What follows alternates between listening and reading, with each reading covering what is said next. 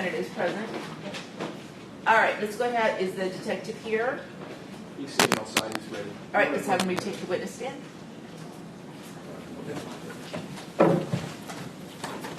And all of our jurors are present? They are. Okay, very good. All right, jury entering. All right, welcome back. Everyone have a seat. All right, ladies and gentlemen of the jury, we're ready to proceed with the continuation of the direct examination of this witness who remains under oath from his previous testimony yesterday. And did any of you last night listen to, watch, read any news accounts related to this case, do any independent inquiry on your own about this case, or speak to anyone about this case? No. Okay, very good. We're ready to go. State, you may proceed. Thank you, Your Honor. Good morning. Good morning. Detective, in the video yesterday when we were watching the statement, the interview with the defendant, at some point you leave the interview room when you go outside. You're out there for a while. Then you come back in towards the end. Is that right? Yes, sir. I believe when you come back in, the defendant is writing out his written statement. Yes, he is. All right. When you were conducting this interview, were you at some time advised during the interview that a body had been located or recovered on the north side of the Courtney Campbell Causeway? Yes, sir, we had. Okay. And were you at some point told that it was believed it may be Felicia's body? Yes. And then at some point, did you get some erroneous information that it may not be her body? Yes. All right. But during this entire interview that we watched, you never advised the defendant about the body being recovered in the water. Is that right? That's correct. All right. And at that point, there had been no autopsy done of Felicia's body. Is that right? That's correct. So if there was any sexual component to this case as far as motivation or injuries to the victim's body, you wouldn't have known about it. Is that correct? That's correct.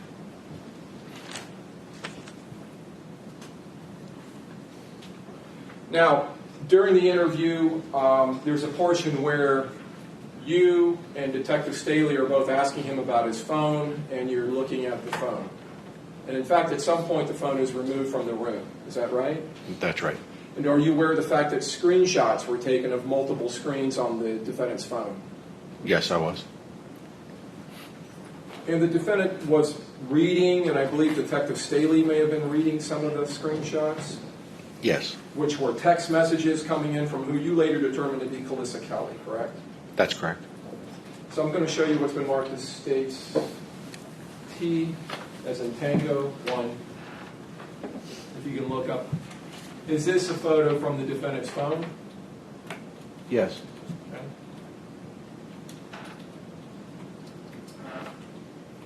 And is that a series of text messages between the defendant and Miss Kelly? Yes. All right. With the defendant's text message being in a darker blue, is the top message from the defendant? Yes. All right. And is the next one from Miss Kelly? Yes. And is the next one after that from Miss Kelly? Yes.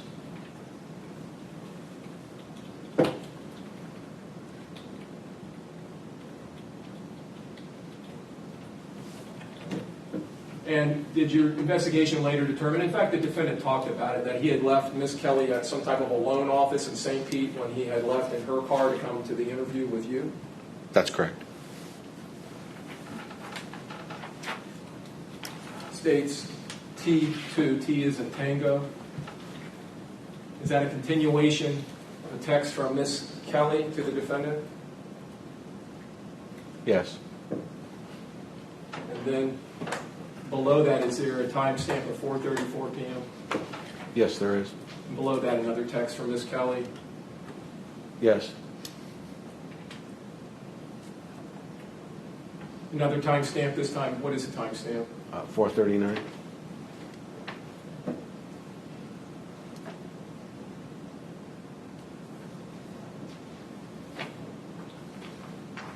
States T3.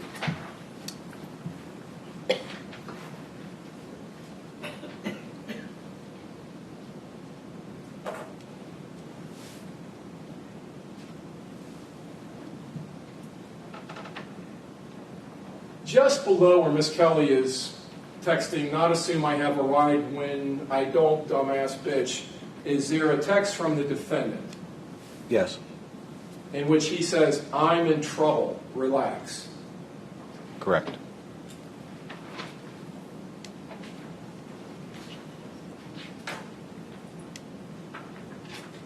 States T4. And again, this is the defendant's Kyocera phone, is that correct? Yes, it is. And is this a call log or a list of calls made by the defendant on that phone? Yes, it is. Looking at that call log, about a month, maybe 3 weeks later, did you see a number on there when you were reviewing this one afternoon in your office that drew your attention? Yes, I did. And which number was that? The second number down, the 813-989-7110 number. And how did you recognize that number? That is our police department's non-emergency line.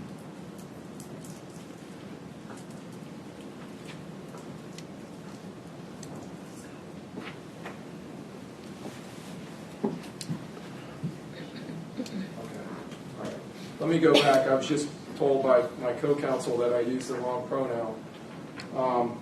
States T3. This text here is coming from the defendant back to Ms. Kelly. Is that correct? That is correct.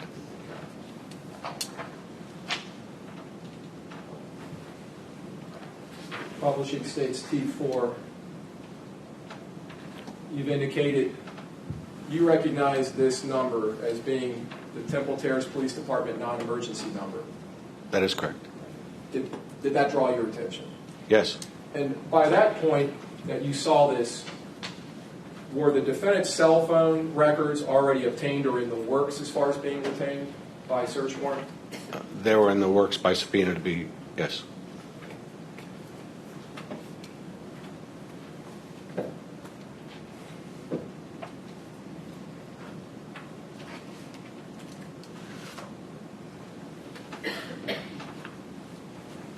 Detective, I'm showing you States V, as in Victor V2. You recognize as being the cell phone records of the defendant's phone? Yes, I do. 727-288-3413. Correct. Okay.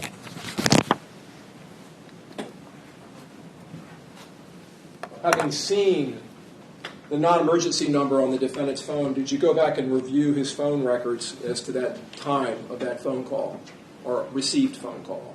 I did when those phone records were made available. Were made available. Yes.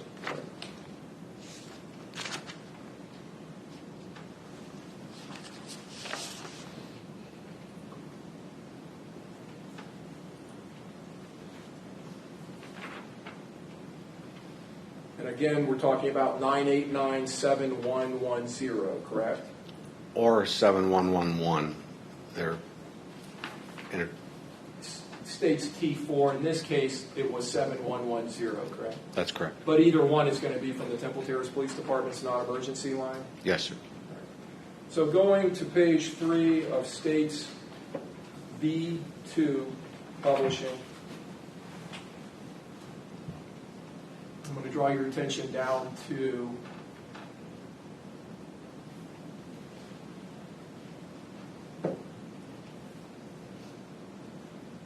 this part of the record.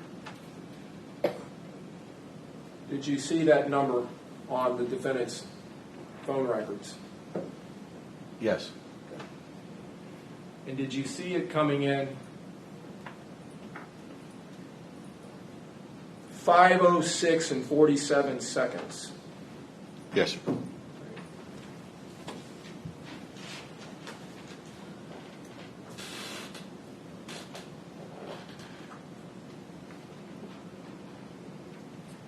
And did there appear to be, or did you later determine that voicemail had been activated on 2 occasions Yes, sir. to his phone?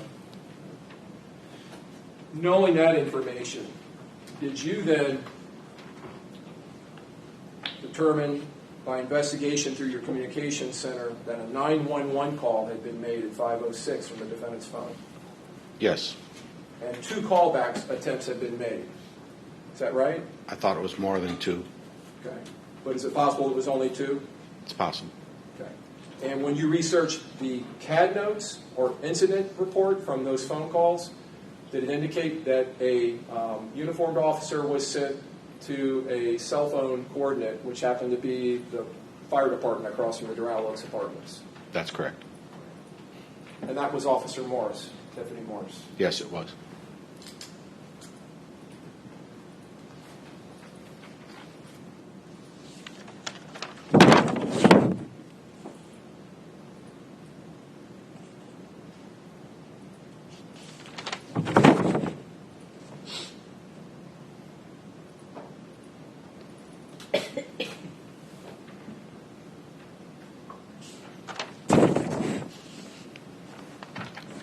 In the interview, we heard the defendant bring up what happens in Jamaica to people who harm children. Do you remember that Yes, I do. exchange between you and the defendant? Mostly the defendant telling you a story about that. Yes, I remember. And is that when you keep coming back to the subject of the fact that Felicia has not been found? Yes. And at that point, you didn't know if the body out of the Corky Campbell Causeway was Felicia's body, did you? Not at that point, no.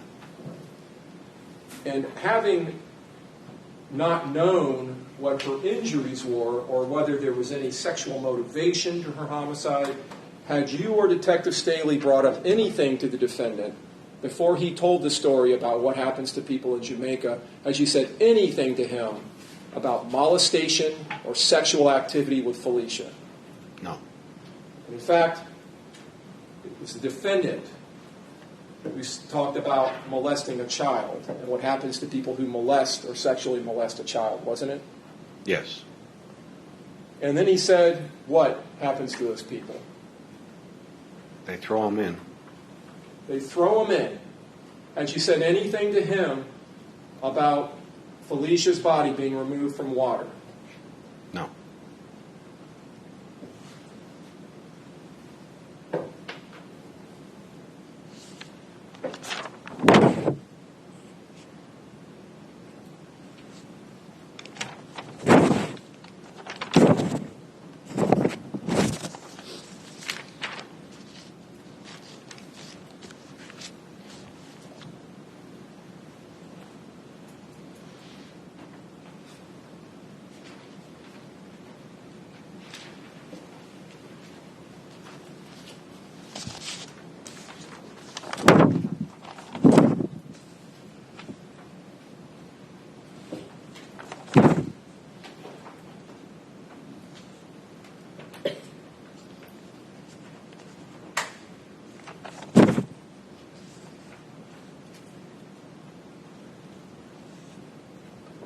In his statement, the defendant tells you that Miss Wiley drove around the apartment complex, correct? Correct. And other than, I think, mentioning it maybe once at the end of his statement and putting it in his written statement, the part about her possibly going to CVS, he never says anything about her going anywhere else or leaving that apartment complex other than to go to CVS. Is that right? That's correct. And after the interview, did Mr. Ritchie leave the Temple Terrace Police Department? Yes, he did. He was allowed to leave. Yes. Do you know how he left? He got a ride from a friend. Was he allowed to go back to the car at the Advance Auto or Discount Auto Parts store in Hillsborough? He could have. But he wasn't allowed to take it if he did. And I believe our officers were already out with it. All right. And you have nothing to suggest he did go back to the car? I know he didn't. All right. That car was impounded, taken to the Hillsborough County Sheriff's Office crime scene section? Yes. Yes, it was.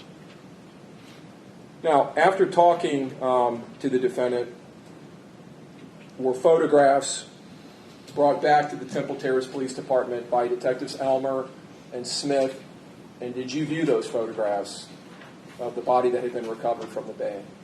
Yes, I did. Did the photographs appear to depict Felicia Williams? Yes, they did. In light of that, did you then conduct a third interview with Ebony Wiley? Yes, I did. And was that again conducted in an interview room? Yes. Now, the defendant had made statements towards the end about his girlfriend, meaning Ebony Wiley, that he wanted to see her, or could he see her? Was she ever allowed to see him before he left? No, he wasn't. And he wasn't allowed to see her? No. Okay.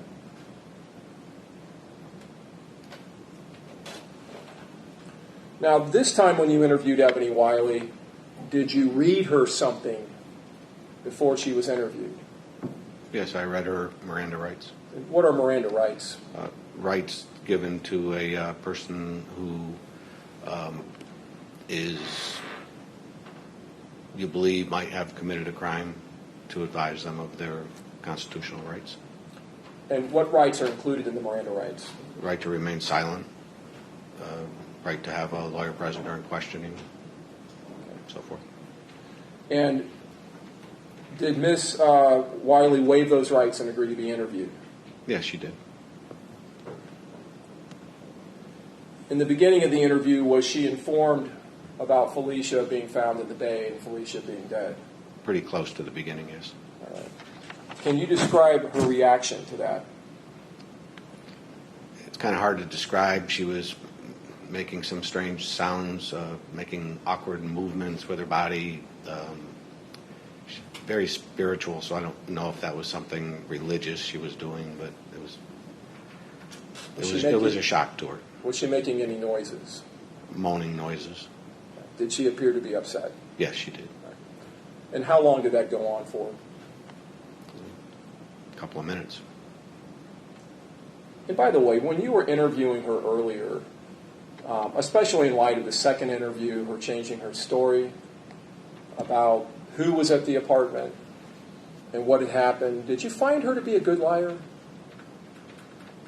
Not particularly. Were you eventually able, after she calmed down, to interview her? Yes. But did she remain emotional throughout that interview? At times during the interview, yes. When that interview was finished, and approximately how long did that take? I think it was about an hour. When that interview was finished, was she arrested? Yes, she was. And what was she charged with? She was charged under a law of giving false information during a missing persons investigation. And that's a felony offense, correct? Yes, sir, it is. And was she taken into custody? Yes, she was. Was she handcuffed? Yes. And was she immediately transported to the Hillsborough County Jail on Falkenberg Road? Yes, she was. Based on the screenshots that you had seen on the defendant's phone, information you obtained from him in his interview, did you attempt to reach out to and make contact with this Calissa Kelly woman in St. Petersburg? Yes, I did. And were you able to contact her? Yes, I was. And did you ask her to come to the Temple Terrace Police Department from St. Petersburg? Yes, I did. And did she eventually come over there and arrive over there? Yes, she did. Do you remember her arriving around 11? Does that sound right? That does sound right, yes. All right. And so this would still be on May 17th of 2014? Yes, sir. And was she, like Ms. Wiley and like the defendant, escorted into an interview room? Yes, she was. Either the same or similar to the one that we saw in the interview with the defendant? Not the same, similar. And was she interviewed? Yes, she was. How long did that interview take? 45 minutes, maybe.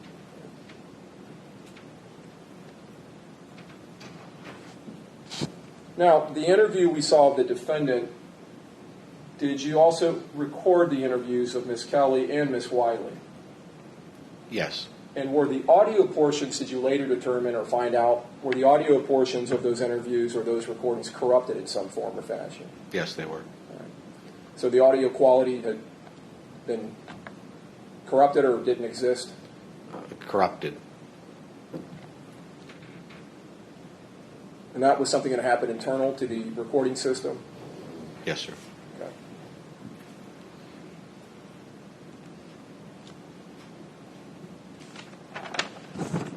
Now, later that night, we've already discussed the fact that you prepared and, or a search warrant was prepared and it was approved, reviewed by a judge and approved, and you and, at the time, Sergeant Mike Lowell executed a search warrant just after midnight, the 8910 Tanglewood Lane, 721 apartment. Is that right? That's correct. Okay. During the search of the apartment, and let me refer you back to some of the photographs.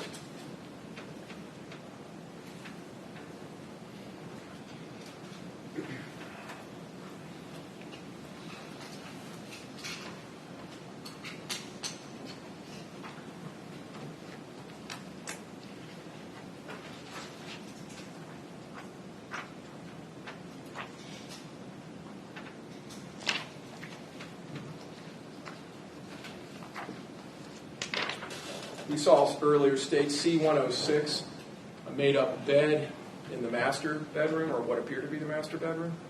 Yes. Did you collect something from that bed? Yes. What did you collect? We collected the fitted sheet, the regular sheet, and both pillowcases. And were those impounded at the Temple Terrace Police Department? Yes, they were. Were they later taken to the Florida Department of Law Enforcement's crime lab here in Tampa? Yes, they were. And were they submitted to the biology laboratory for DNA analysis? Yes, they were.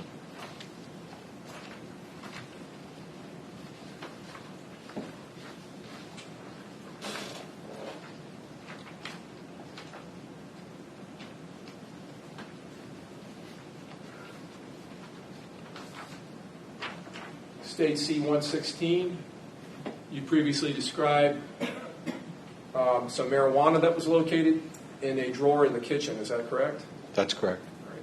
And was the marijuana collected and impounded? Yes, it was. And was the marijuana weighed? Yes, it was. Do you remember it being approximately 1.2 grams? Yes. Was this digital scale also impounded? Yes, sir.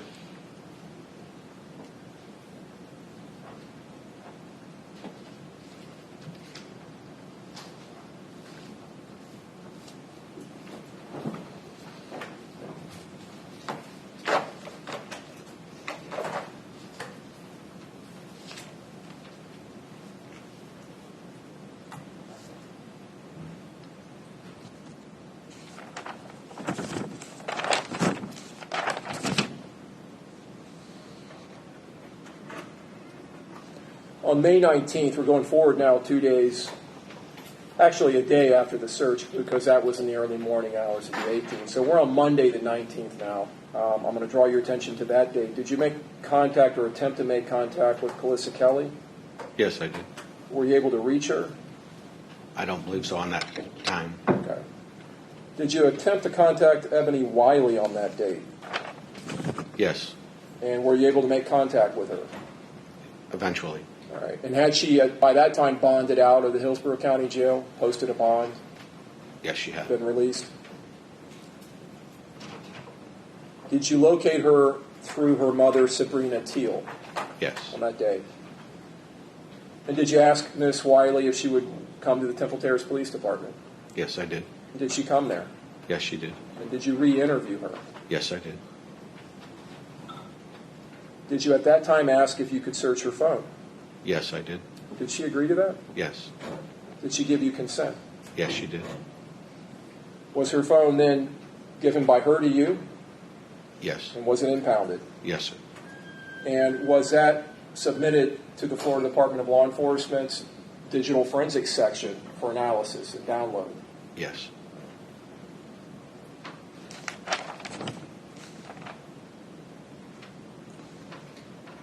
I want to call your attention back again to the red light cameras in Temple Terrace that we talked about in your earlier, I believe yesterday. Did you have more communications on May 20th of 2014 with ATSOL, the company that maintains those cameras? I don't know if I had more communication with them. I ordered those cameras. You Yes. ordered the videos from those cameras we talked about in those intersections? Yes, I did. And that would be Bush Bullard in 56 and then River Hills in 56? That's correct. Later that same day, the 20th, did you interview Kenneth Shelton? Yes, I did. And was that the individual who had picked Ebony Wiley up from the city of Tampa and eventually had driven her back to Temple Terrace around 10 o'clock on May 16, 2014? Yes, it is. Going forward now to May 21st of 2014, did you on that day travel to an address in St. Petersburg in reference to Calissa Kelly again? Yes. And when you arrived there, did you find that she was not at her residence? Yes. While you were there, did you search some area near her residence? We located, Corporal Staley was with me also at the time. We located around the corner from Calissa's residence a dumpster area. We thought we dove in the dumpster and went through it to see if we could find any items associated with this case. All right. Did you find anything? No, sir. Did you later find out or determine the dumpster had previously been empty since the 17th? While we were inside the dumpster, one of the neighbors came over and told us that it had been dumped the previous day. Now, on the way back from St. Pete, going back to Temple Terrace, did you and Corporal Staley stop at some location on the Courtney Campbell Causeway? We stopped at the where the body was found. And why did you do that? I'm familiar with the Courtney Campbell Causeway. I do a lot of fishing. I've actually fished in that area before. I wanted just to, for myself, being the case detective, to be able to go to that scene and view it.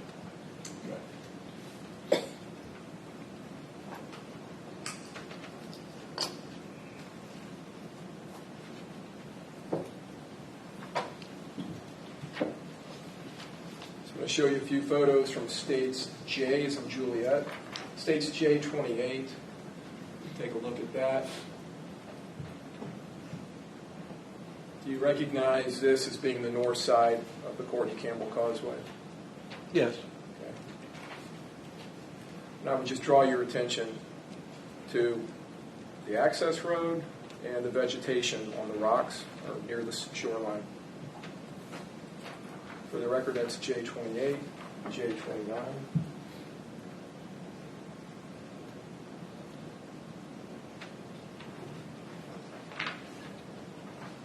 J30.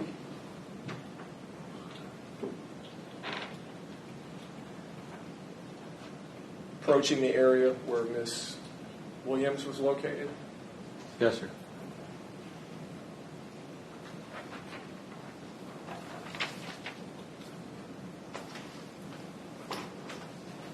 Stage J31. And situating the photo where I've drawn a circle, is that approximately the area where her body was recovered? Yes, it is. And is that just past the 2 mile mark coming from Clearwater? Yes, sir. Now, the vegetation that we're seeing along the shoreline, are you familiar with that type of vegetation? Yes, I am. And you've lived in Florida for how long? 27 years. And do you frequent salt water and fishing in salt water? 3 or 4 times a week, yes. Okay. And were the majority of the trees along the shoreline a certain type of plant that you're familiar with? Yes, mangroves. Is that a plant, in your experience, that's commonly seen around salt water? Yes. And along shorelines, right in salt water? Yes.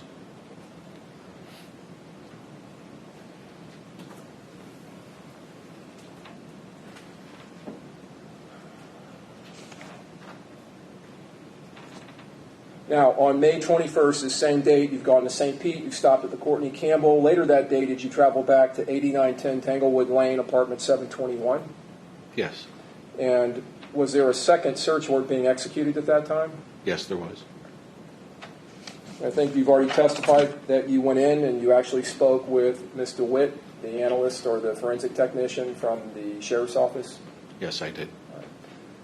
Later that day, after that search warrant was executed, did you go back to that residence or stay at the residence and interview someone at that residence? So we later went back to that residence, I believe it was about 6 p.m., to interview Gloria Gibson, which would be the defendant's mother. And was she in the residence? Yes. Okay.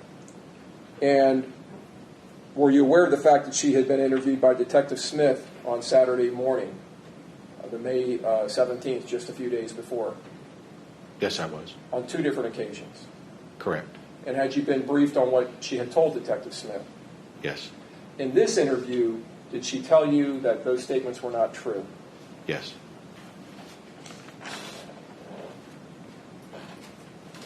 Did she tell you why she lied to the detective on Saturday morning? No, she didn't.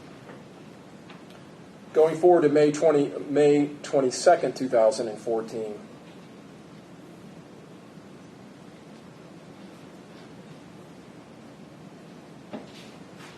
did you make contact again with Miss Kelly, Calissa Kelly? Yes, we did. And after making contact with her, did you travel to St. Petersburg? Yes. Was anyone with you? Detective or Corporal Staley was Corporal with us. Staley. All right. And did you meet with her? Yes, we did. And were you able to interview her? Yes.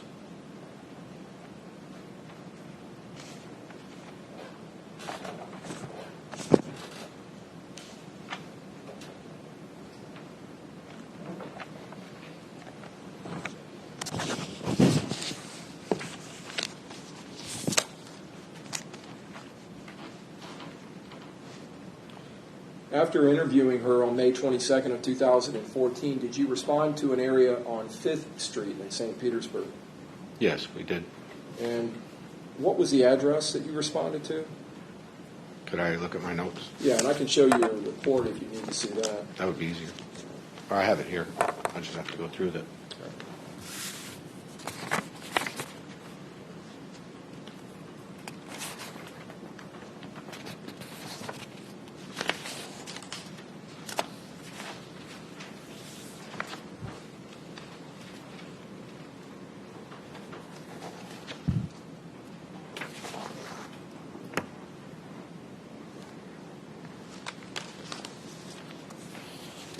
I have it right here if you want to look.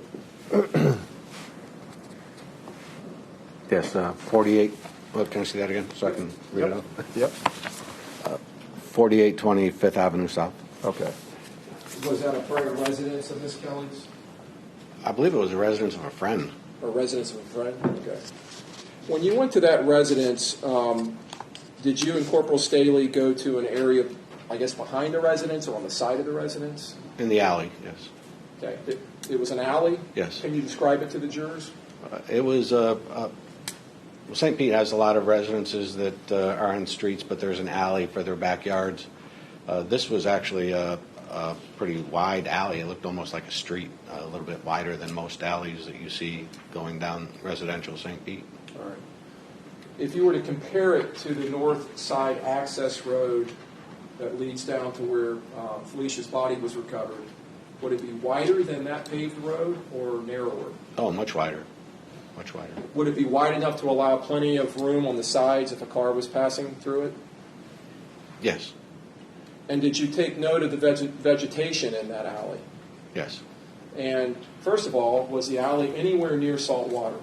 No. Did you see any mangroves in that area of that alley?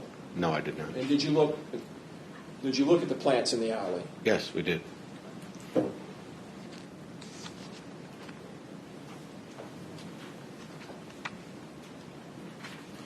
On May 23rd of 2014, did you respond to the state attorney's office in downtown Tampa, actually right across the street from where we are right now? Yes. And why did you go there on that date? I believe that was the interview with Calissa Kelly. Okay. Was a sworn statement taken from her? Yes. She was placed under oath. Was that a statement that was taken in one of the conference rooms of the state attorney's office? Yes, it was. Actually, in the major crimes division of the state attorney's office. Yes. You were in attendance. Miss Kelly was in attendance. Who else was there? State attorney was there. Okay. I can't remember I don't remember, just be perfectly honest with Is you. it possible there was a sheriff's office detective there? Yes, court reporter was And there. a court reporter taking down what was being said? Yes, sir. And was she placed under oath? Yes, And was a sworn statement taken from her? yes.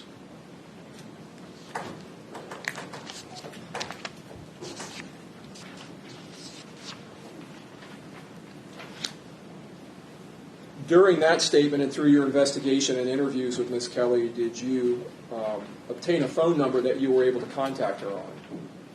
Yes, I did. Okay. And I can show you the phone number and see if it refreshes your memory as to whether it's the actual phone number. Yes. Okay. And was the phone number a 727 area code? Yes, it was. And was it 902-6731? Yes. And after the sworn statement was taken at the state attorney's office, was a search warrant prepared later that day? Yes. And was the search warrant, after being prepared, submitted to the state attorney's office in Pinellas County? Yes, it was. So that's a separate and distinct state attorney's office from the state attorney's office here in Hillsborough. That's correct. Different elected state attorney altogether. Is that Yes. right? Okay. And was that because the residence you were going to search was located in St. Petersburg, Yes, in Pinellas County? that's correct. All right. And after being approved by an assistant state attorney in the Sixth Circuit over in Pinellas County, was the warrant then submitted to a judge, a sitting judge in Pinellas County? Yes. Was the warrant approved and signed? Yes, it was. And later that day, did you execute that search warrant with the assistance of a Pinellas County Sheriff's Office deputy or detective? Yes. And is that required by law to have a, since you're outside of your jurisdiction, to have a same jurisdiction officer assisting you? Yes. And did you search a residence at 4243 Tyler Circle North, St. Petersburg? Yes, we did. Okay.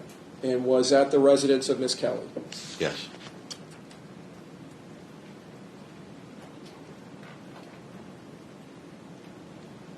During the search of Miss Kelly's residence, did you locate any evidence relevant to this case?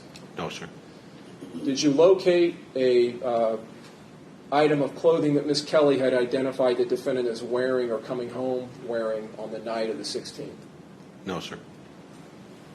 Did you locate any clothing that matched the shirt that he described wearing in his statement? No, sir.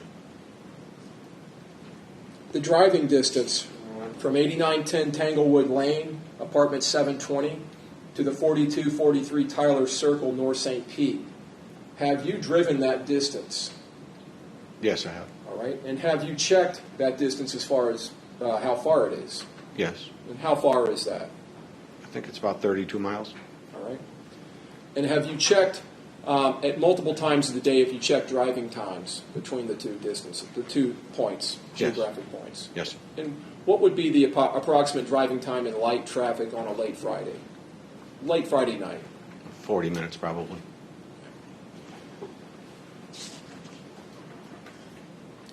Would that have you taking a route that includes 275 through Tampa, going across to Howard Franklin, and then down 275 into St. Petersburg and exiting at a certain exit down there near the residence? When I checked that online, I mean, I have driven that myself also, but when I checked online, the route was, I believe, Tanglewood to 56 to Hillsborough to 275, across to Howard Franklin to 38th Avenue North, exit in St. Pete, and west to Tyler Circle. Okay. So that residence, as it sits in St. Pete, is to the west of 275? That's correct. On May 26 of 2014, did you and Corporal Staley respond to an address on Lindale Avenue in the city of Tampa? Lindell, yes. And was that 3210 Lindell? Yes, sir. And did you come into contact with someone there? Yes. And who was that? I look at my notes. Sure. Just trying to remember. It was the grandfather. It's The grandfather. Nathan Teal, Okay, you remember. And Yes. he was the grandfather of who? Ebony Wiley. Okay. And during your contact with him, was he interviewed? Yes, he was. Did he allow you and Corporal Staley to look at his phone? Yes. And by looking at his phone, were you able to look at calls made to his phone on the early afternoon, early evening of May 16, 2014? Yes. And did you see a phone call coming in from Ebony Wiley? Yes. Going forward, no, we're still on the same date, May 26, 2014. Did you and Corporal Staley travel to some businesses within Temple Terrace on 56th Street? Yes. I'm going to refer your attention back to states B-B. B is in Bravo.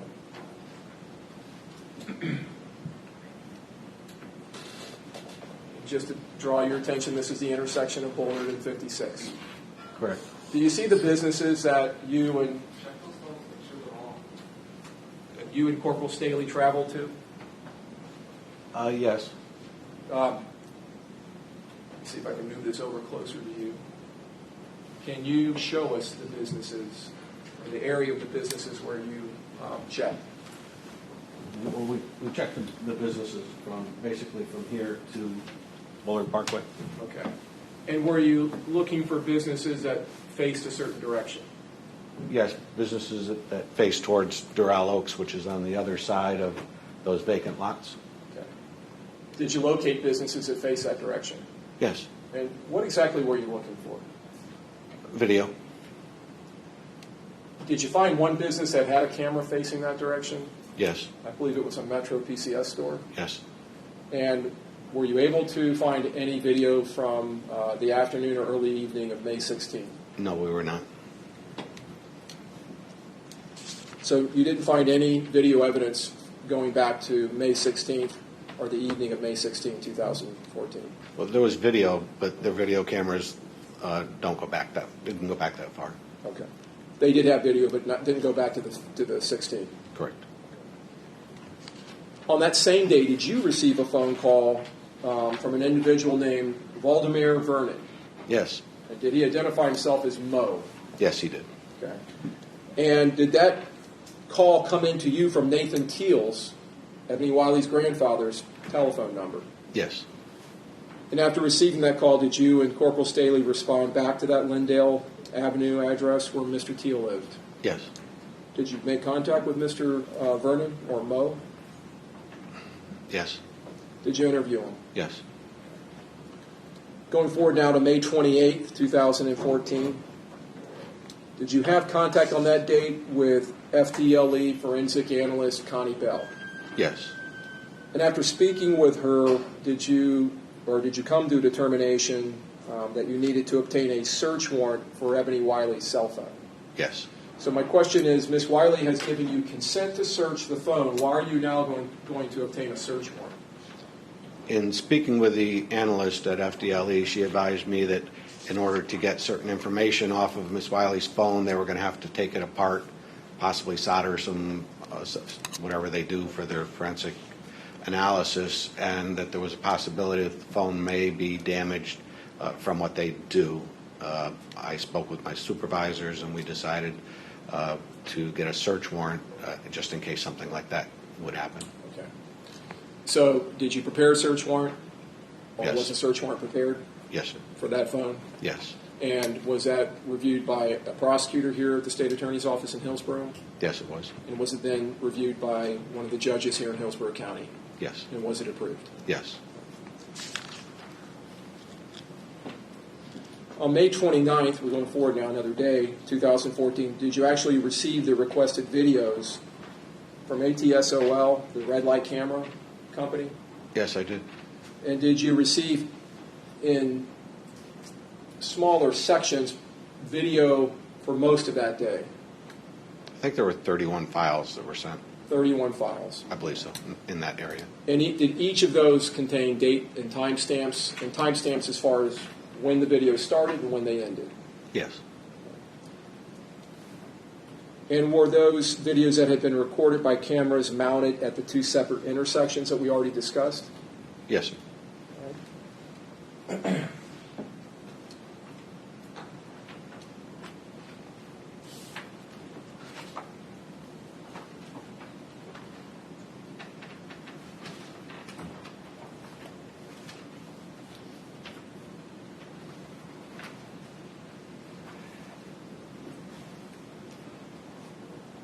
States B-C publishing. So is this going to be one of the intersections here at Bullard and 56? Yes, sir. And River Hills and 56, is this the other intersection? Yes.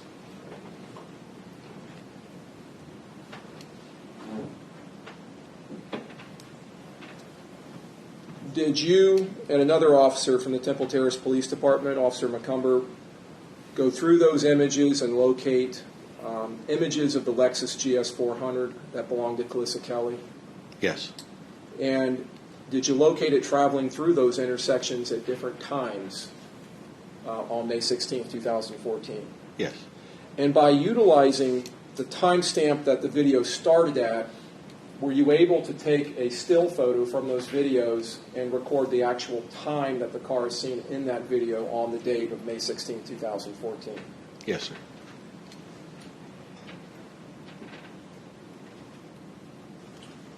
Do you recall the first time the car is seen being approximately 3:47 p.m.? Yes, I do. And the last time that the car is seen in any of these videos being 10:51 p.m.? That's correct. And those are on May 16th, all of them on May 16, 2014. Is that correct? Yes.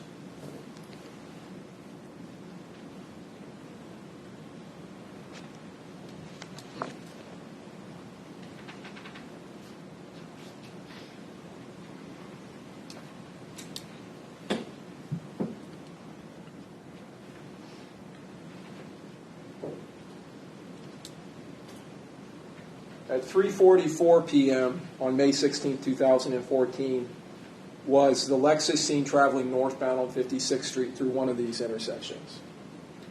Was it 344 or 347? It may be 347. Yes. Okay. And is that at River Hills? Yes, it was. All right. So that would be this intersection here. Yes, sir. And was the car traveling northbound? Yes, it was. All right. So the car would be going this direction? Yes.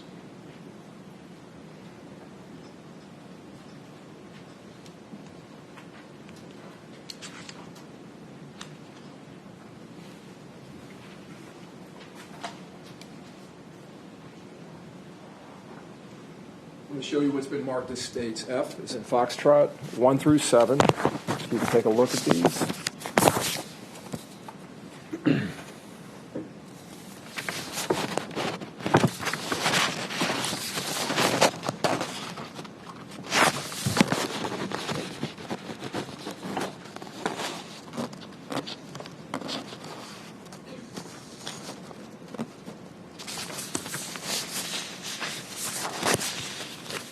Yes. Okay. Do these photos, well, let me ask you first of all, what are the photos? These What's are depicted in them? still images from the video that was reviewed in reference to the Lexus.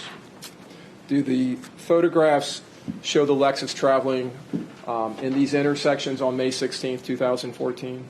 Yes.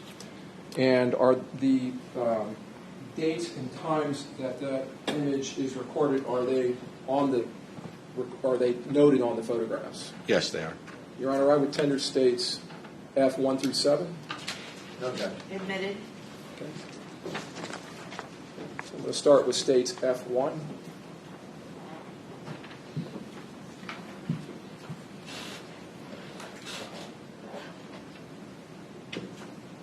And I'm removing states B-C. Looking at this in an overall, does that appear to be a sheet that contains 6 video images? Yes, it does. And in each of those photographs is the Lexus GS400 seen traveling in one direction or another Yes. at either the River Hills in 56 or the Bullard Parkway in 56 intersections? Yes. All right. And are the time periods for each of those photographs indicated for each photograph? Yes.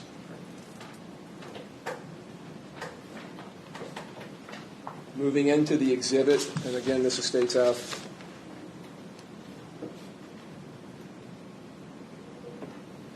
We'll start with states F2. What intersection is this? That is the intersection of North 56th Street and River Hills Drive. All right. I'm going to leave the face sheet up here with you, which is states F1. Is this the first image in time on the date of May 14th where the Lexus is detected? Yes. And what is the time of Time. that image? 347.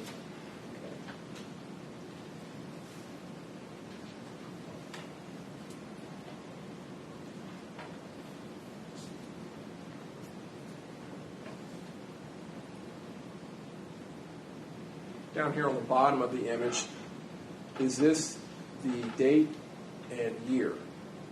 Yes, it is. So 5/16/2014. Correct. All right. And is this the time that the video starts? Yes, in hours, minutes, and seconds. 15:30. Yes. All right. And then is this the time the video ends? Yes. 4 o'clock and 13 seconds? Yes. And you said that this image was taken at what time? 3:47. 3:47.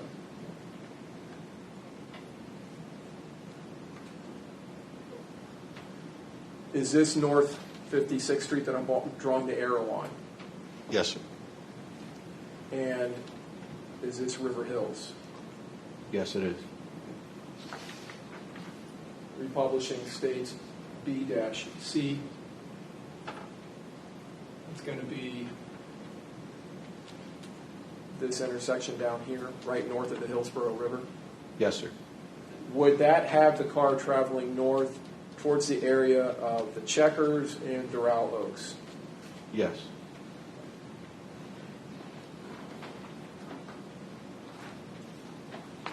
States F3.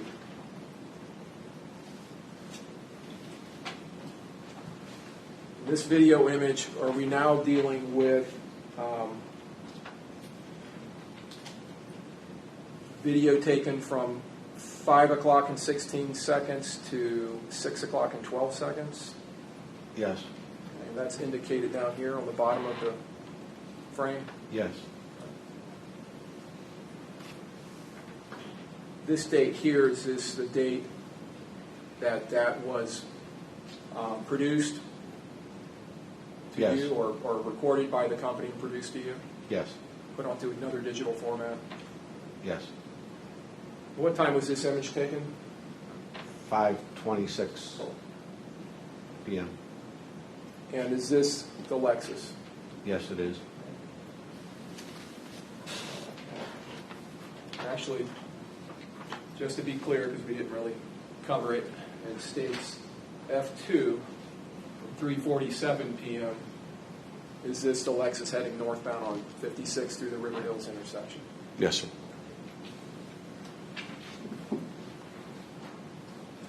Going back to states F3.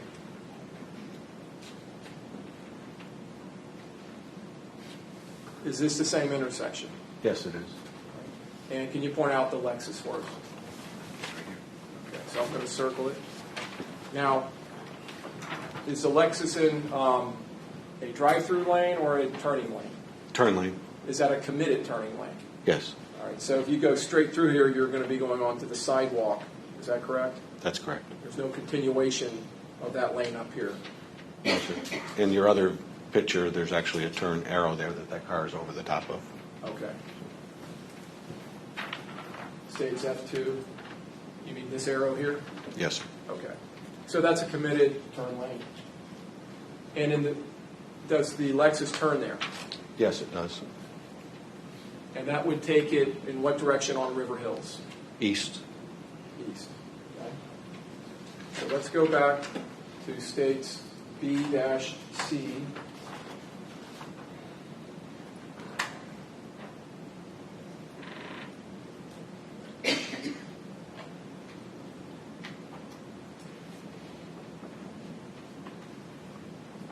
Would that have the car turning in this direction on River Hills?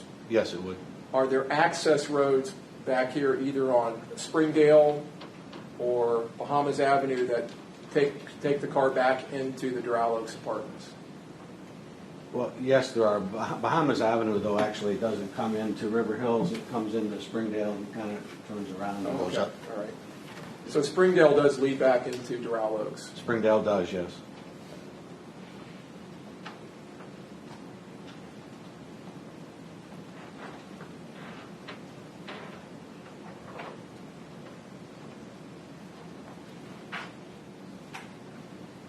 States F4. Now, what intersection is this?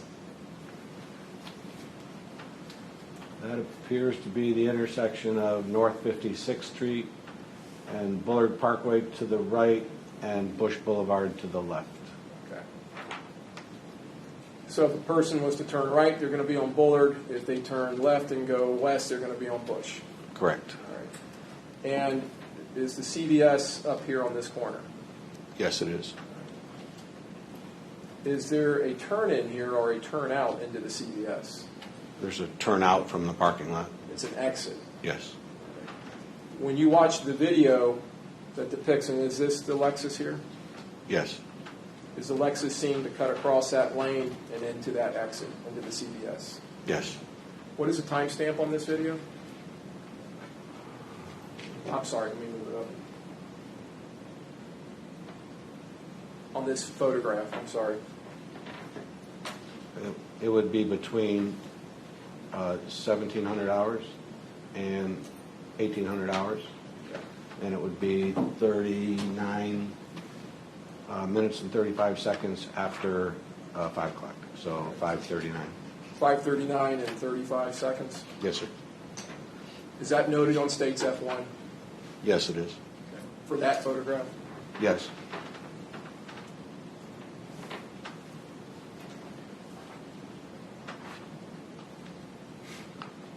States F5.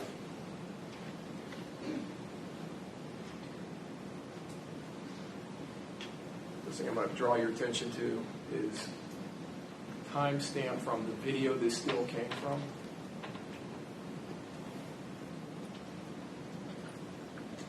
Does this appear to be from 4 to 5 o'clock? Yes. Okay.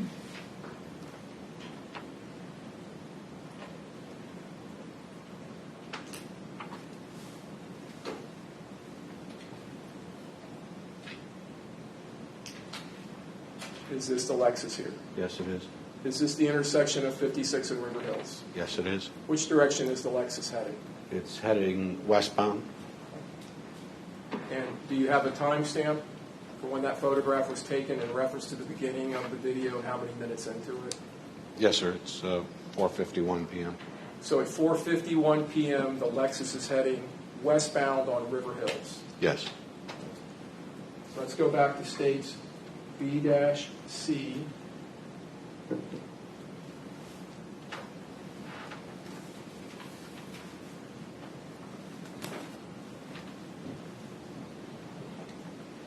Do you see the intersection of River Hills and 56?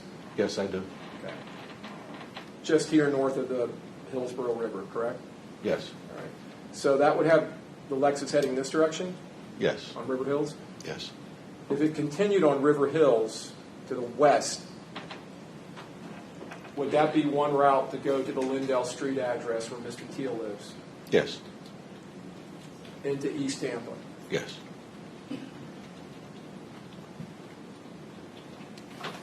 And you said that photograph was taken at 4:51 p.m.? Yes.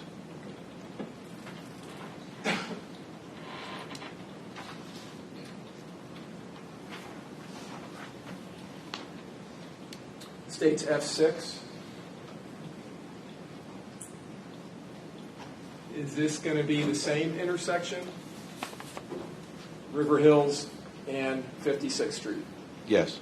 All right, and just so we can know what we're looking at, this has been, a lot of these images are coming from the same camera. Would that be accurate? Yes. So we're again looking at northbound 56th Street. Correct. This would be southbound on the other side. Is that right? Yes. And this is River Hills going westbound, and this would be eastbound.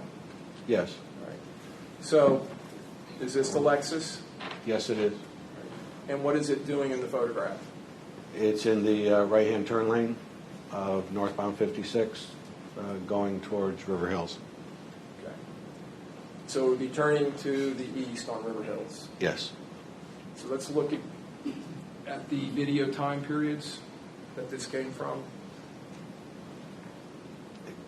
That would be between 2100 hours, which is 9 o'clock, to 21:59:56, which is basically 10 o'clock.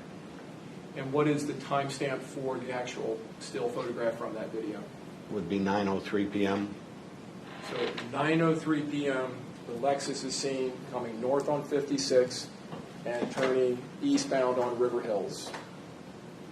Correct. Okay. And there would be access, again, up Sunnydale back into the Doral Oaks apartments. Yes.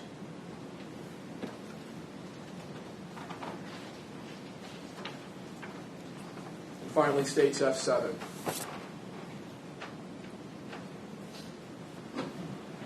Let's look again at our video stamp.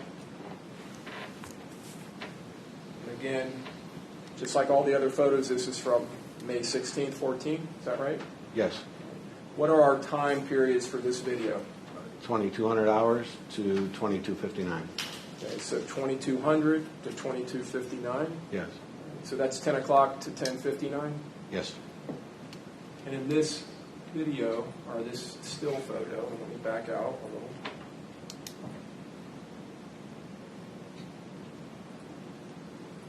Is the Lexus seen here? Yes. And what is it doing? It's coming out of River Hills, making a left-hand turn onto southbound 56th Street. Okay. So again, this is northbound 56. That's southbound 56.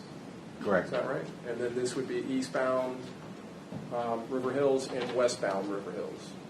Yes, sir.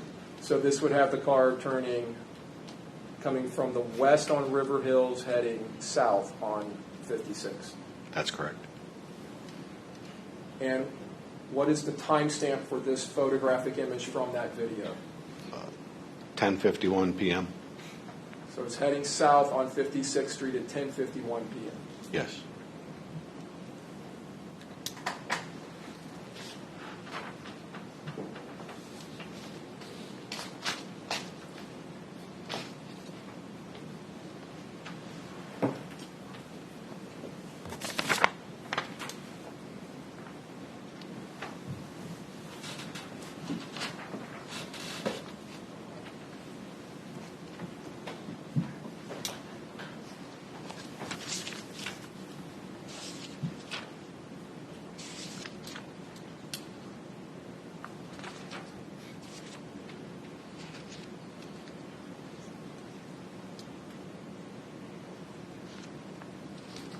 Through your investigation in this case, and we've talked about when you received the defendant's cell phone records, did you determine that there was cell phone activity by 727-288-3413 occurring on or near the Courtney Campbell Causeway between 11 p.m. May 16th and up to a little past 12 a.m. May 17th, 2014? Yes, sir. And based on that evidence and the fact that Felicia's body was recovered against the rocks on the north side of the Courtney Campbell Causeway, did your investigation focus on the Courtney Campbell Causeway while looking for evidence? Yes.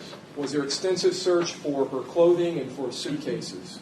Yes. Any suitcase? Yes. Or any piece of a suitcase? Yes. Was anything ever located? No, sir. And that included multiple agencies, right? Yes. All right. Did you also look, in light especially of these red light cameras, particularly for any stationary traffic cameras on the Courtney Campbell Causeway? Yes. Did you find any?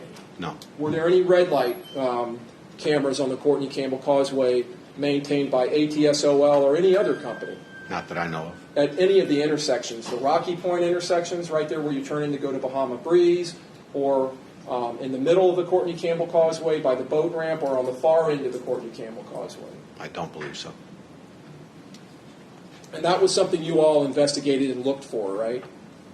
I personally didn't, but yes, that was done. And that was done, that was something you were searching for and hoping to find, Yes. and you did not. Right.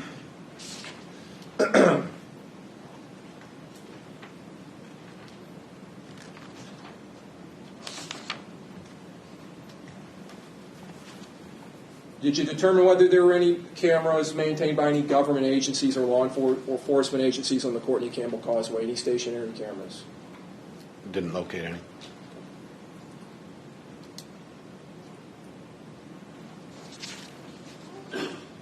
On the far end of the Courtney Campbell Causeway, and I'm talking about the very far end,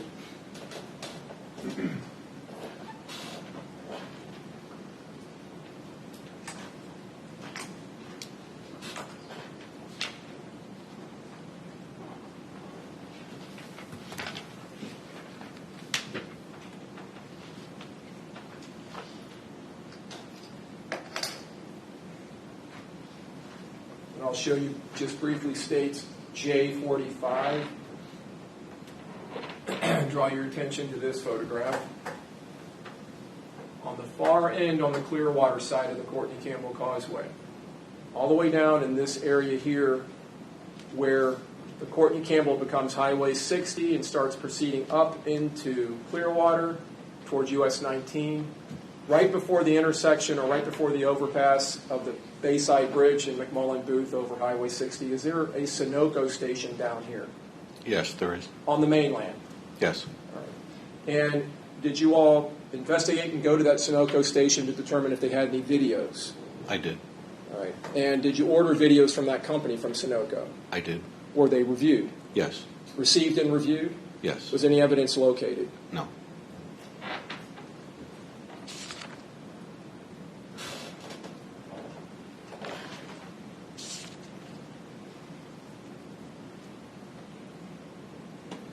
In the middle of the Courtney Campbell Causeway, near what's called the boat ramps, which would be on the other side of the main span of the bridge towards the Tampa side, on this side, is there an area where there are boat docks on the north side of the Courtney Campbell Causeway? Boat ramps, yes. Did you all discover there was a business there that went by the name Causeway Bait and Tackle? Yes. And was that a building or some type of motor vehicle? It was like a trailer. Did you all make contact with the owner and employees of that business? Yes, we did. And did you obtain a DVR system from them where they had cameras on that RV or mobile home that they use for a business? Yes. Did you review the DVR or was it reviewed? Eventually. Right. Did it go back to the 16th? No, it didn't. And was it submitted to the Florida Department of Law Enforcement's digital forensics section to see if they could recover any images from the 16th? Yes. And were they able to? No.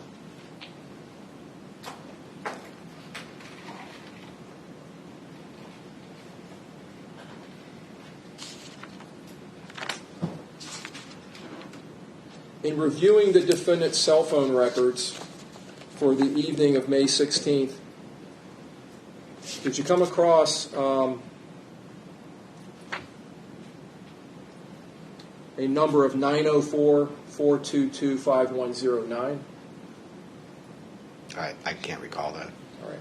Do you remember interviewing a woman by the name of Kelsey, and I believe it's pronounced Panagiotou? Yes. Okay, and that's Panagiotou, is that correct? That sounds like it. For the last name? Sounds like it. And did you associate her to that number of 904-422-5109? Yes. And those were phone calls made by the defendant on the night of May 16th or received by him? Yes. Did you interview her? Yes, I did. And was she, during that time, dating the defendant? Might have been previously. Okay. Just previously? Yes.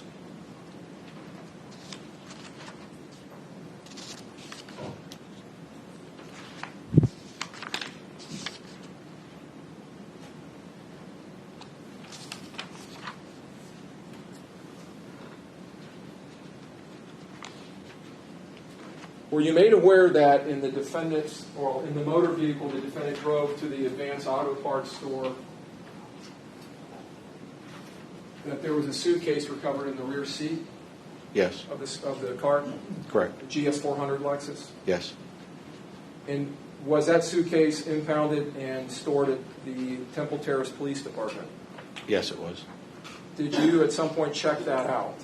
Yes, I did. Why did you do that?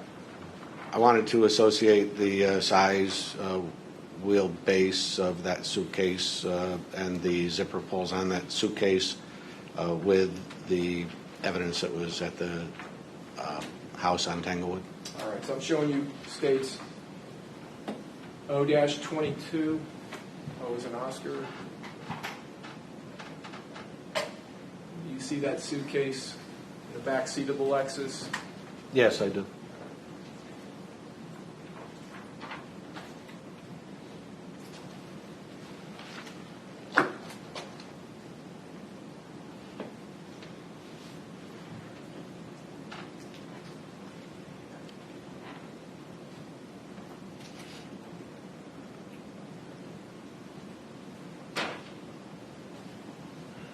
you took the suitcase out, did you measure it and photograph it?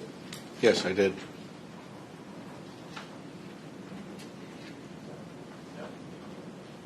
I'm going to show you what's been marked as states P 1 through 9.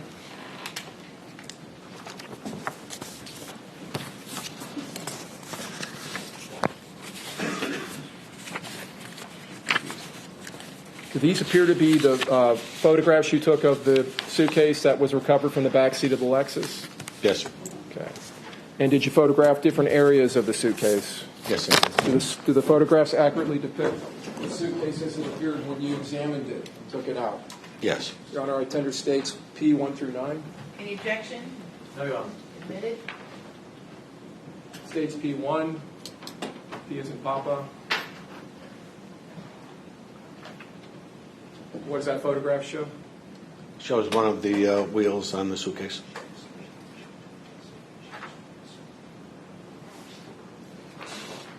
States P 2. Same. States P 3. Photograph of the zipper pulls on the suitcase. States P 4.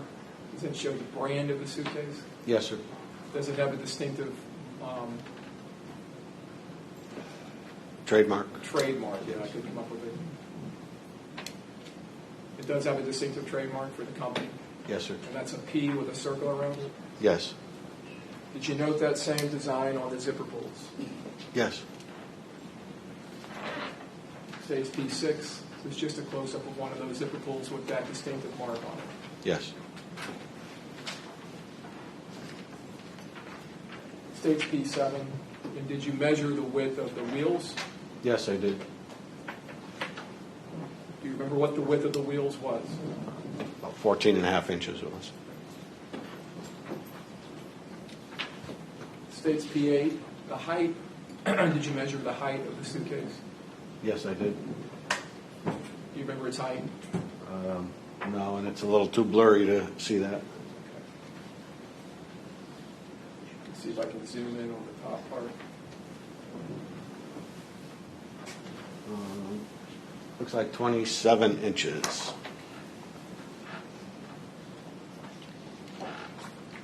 And states P 9.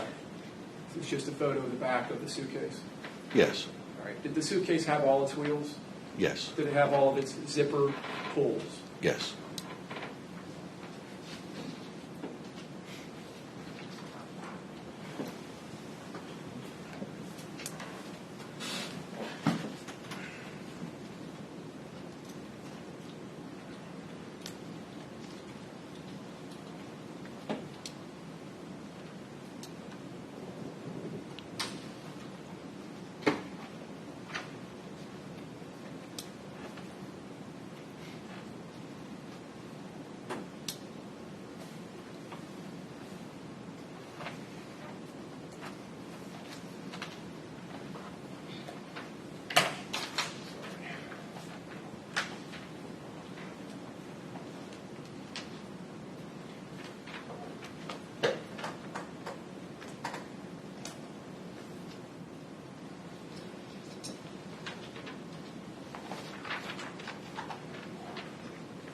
States C 84. Have you seen this photograph Yes, I have. and that item? Yes. Is that a zipper pull that was recovered just outside of the track areas of the carpet at 8910 Tanglewood Lane, apartment 721? Yes. And looking at that exhibit in the states P6,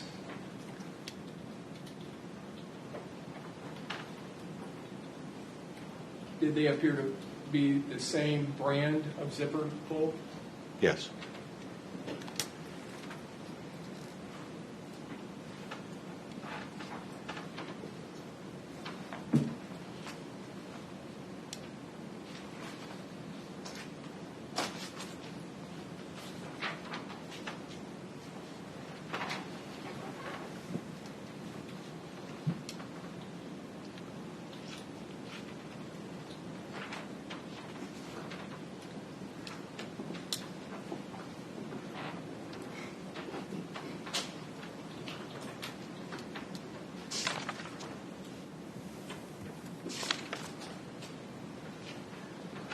On August 15th of 2014,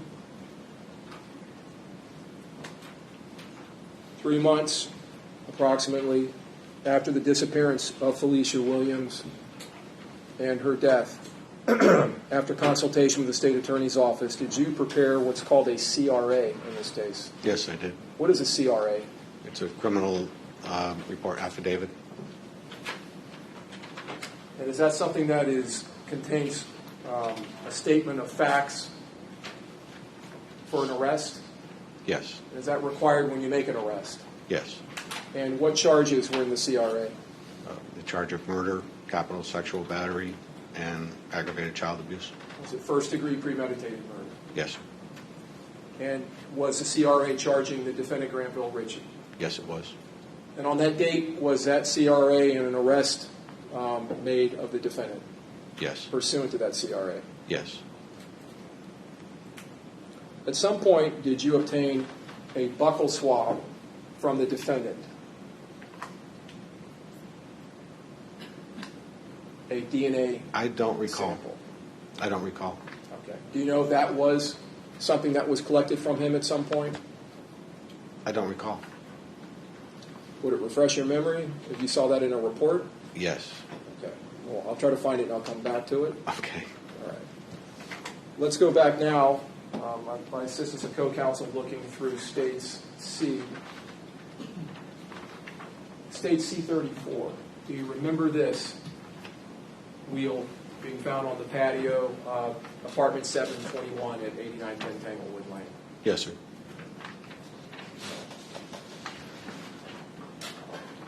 States P2. Comparing it to your photograph of the wheel from the suitcase in the back of the defendant's car, did they appear to be the same type of wheel? Same type, yes. With the same type of spokes and design and number? Yes. Is that one of the reasons or the main reason you had taken the suitcase out of evidence and photographed it and measured it? Yes.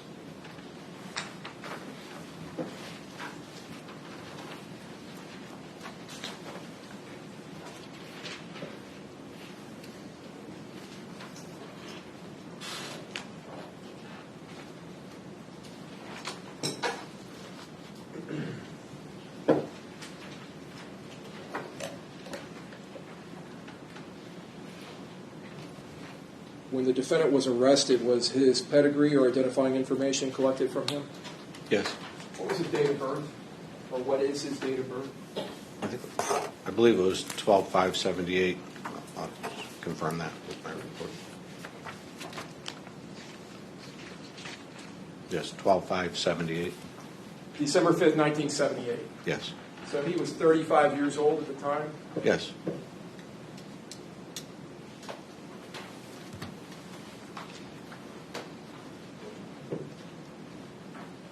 States D. Does that appear to be a photograph of the defendant at the time of his arrest? Yes. Your Honor, I would tender States D. Any objection? No, Your Honor. Submitted. Publishing.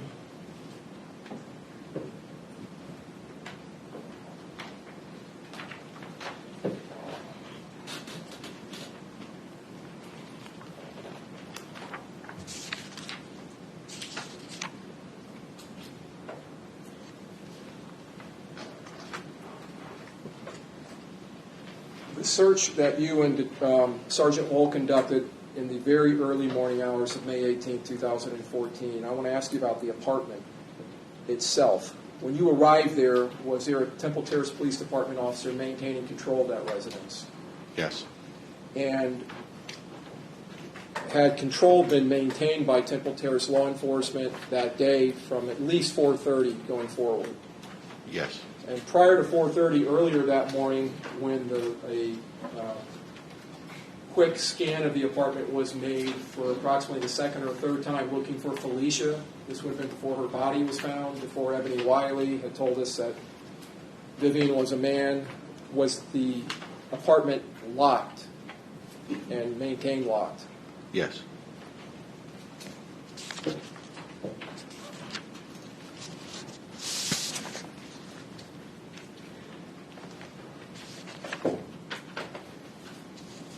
weeks after the murder and the recovery of Felicia's body from the Courtney Campbell Causeway, we talked about the ongoing searches for a suitcase and for her clothing. Over the course of the next weeks and months after this, were there occasions where clothing was recovered? Yes. Including, I believe, on one occasion, a pair of children's panties or underwear. Yes. And were those all that were recovered, were they all shown to Felicia Demerson? Yes.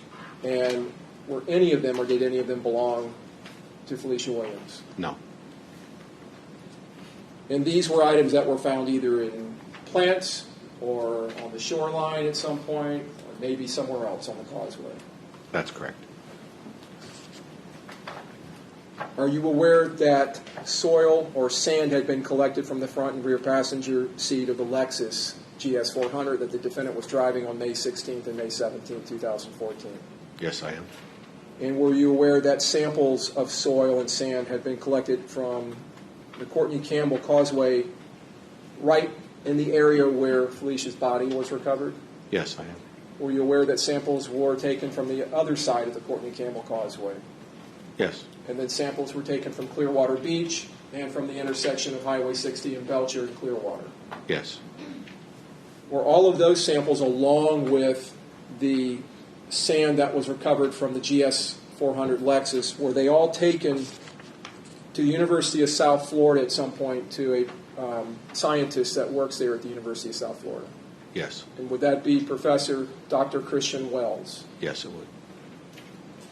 Just in the last couple of months, did you receive a request from the state attorney's office to go back out to the Courtney Campbell Causeway and do something out there Yes. on the North Access Road? Yes.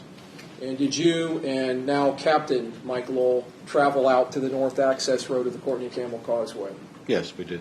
Now, the access road where Felicia's body was located, or just south of where her body was located, is that a westbound only road? Yes. And would the entry to that road be quite a distance away from her body back towards Tampa, back to the east? I think it was about a mile and a couple of tenths. Okay. And then past her body, if you head west, would be the exit from that road back on to the westbound lanes of the Courtney Campbell. West or east. West or east. There's a place there where you can actually do a U-turn and come back east. Yes, sir. Did you and Captain Lowell actually go out to the northbound access road? Yes, we did. And did you perform a drive of that road while videotaping that drive? Yes. And did you do that twice? Yes. Did you drive from the entry point down to where Felicia's body was located? Yes. And the two times you did that and you were videotaping, where was the video camera? The first time we did it, Captain Lowell was driving. I held the video camera up and just above the dashboard as he drove the route. All right. And then the second time? Second time, because as we rewatched that video, the first video, we noticed that it very, very bumpy. That access road is very, very bumpy, and by holding it, I was kind of buffering the bump. So I decided to make the trip with the camera just sitting on the dashboard, where you could actually see the reaction from a lot of the bumps that we went over. Now, you've mentioned the access road is bumpy. Are there portions of it quite frequently as you're going down that road where there are either raises in the road from associated roots from trees or from other items? Very much so, yes. And are there ruts on the south side of the road? Yes. And it is a one-lane road? Yes. And what is the speed limit on that road? I don't recall there being one. Because of the conditions of the road, to keep, I guess, to protect the car from damage, are you forced to drive at a slower speed? For sure, yes. And the area of the access road, you had been out there around the time that Miss Williams' body was located, correct? Yes. And has the area changed in any substantial way? Yes, it actually had. Okay, and how? The first time I went out there with Corporal Staley, the mangroves were overgrown quite a bit onto the access road. This time when we went out, it looked like somebody had taken a vertical cutter and went down the access road and kind of cut it back to the actual side, or pretty much to the side of the road. Okay. And it looked like it had been pretty recently done, too. Other than that, was everything pretty much the same as far as the condition of the road, the bumps in the road, the lights in the road? That's always been that way, extremely bumpy. Okay.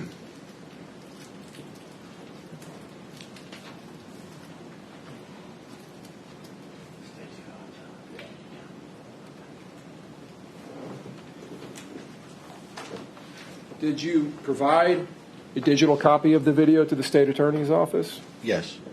Does that appear to be the copy? Yes. Your Honor, I tender states why. Any objection? No, Your Honor. Admitted. Judge, we tend to publish. The court want me to go ahead and do that. It's not very long. It's maybe 10 minutes in total for the 2 videos. You all need a quick comfort break? Okay, very good. Let's go ahead and take just a quick 5-minute comfort break. All right, be back here in 5 minutes. All right, jury exiting.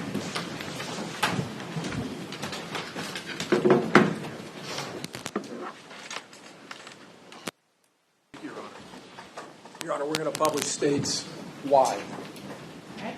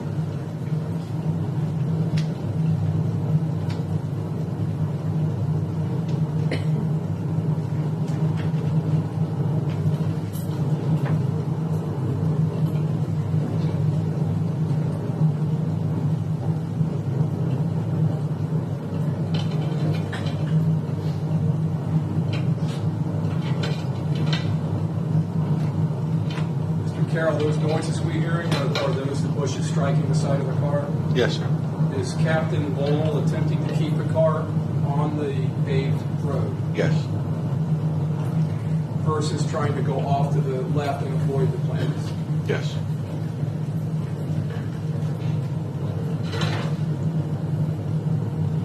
Are the majority of the plants in that area as you're traveling down their main roads? Yes, they are. And you've testified earlier that they were much more cut back than they were around the time that their body was found? You can almost see up to a certain level that it looks like it's cutting in towards the top. They kind of hang out a little bit, so appears like they were cut.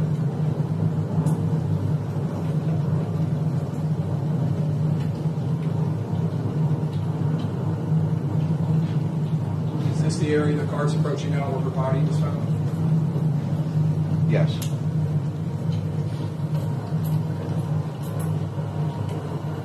Now, in that video, were you holding the video, holding it up like that? I believe so. Now, we saw the car, we heard noises as the car was moving and saw the video going up and down. Was that over the ruts and the bumps that you were talking about? Yes.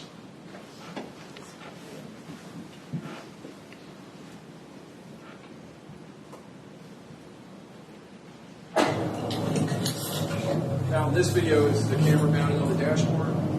I'm just holding it tight to the dashboard, yes. Okay, you're just Or, holding yes. it up there? Yes. But it's laying on the dashboard. Yes.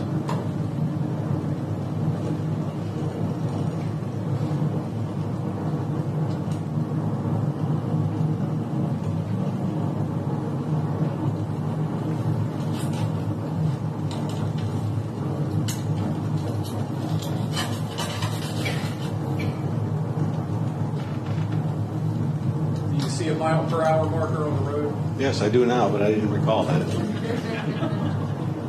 What was it? 15. For the record, we all saw it.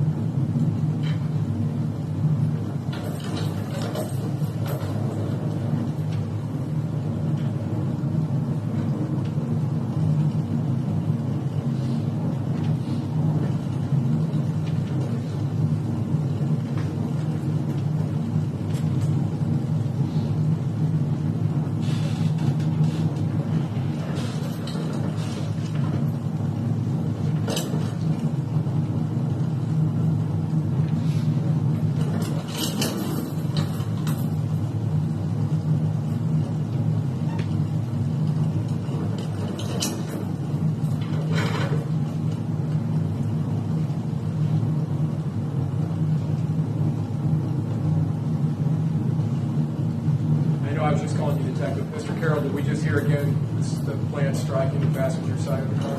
Yes.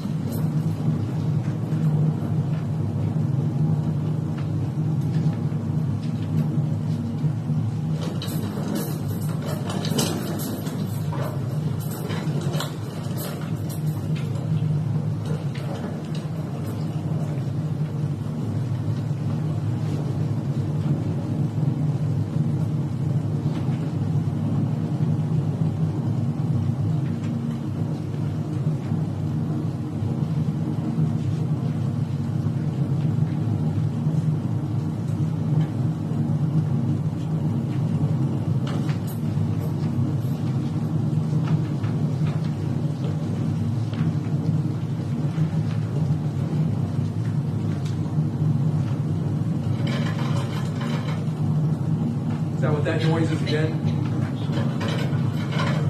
Yes, sir.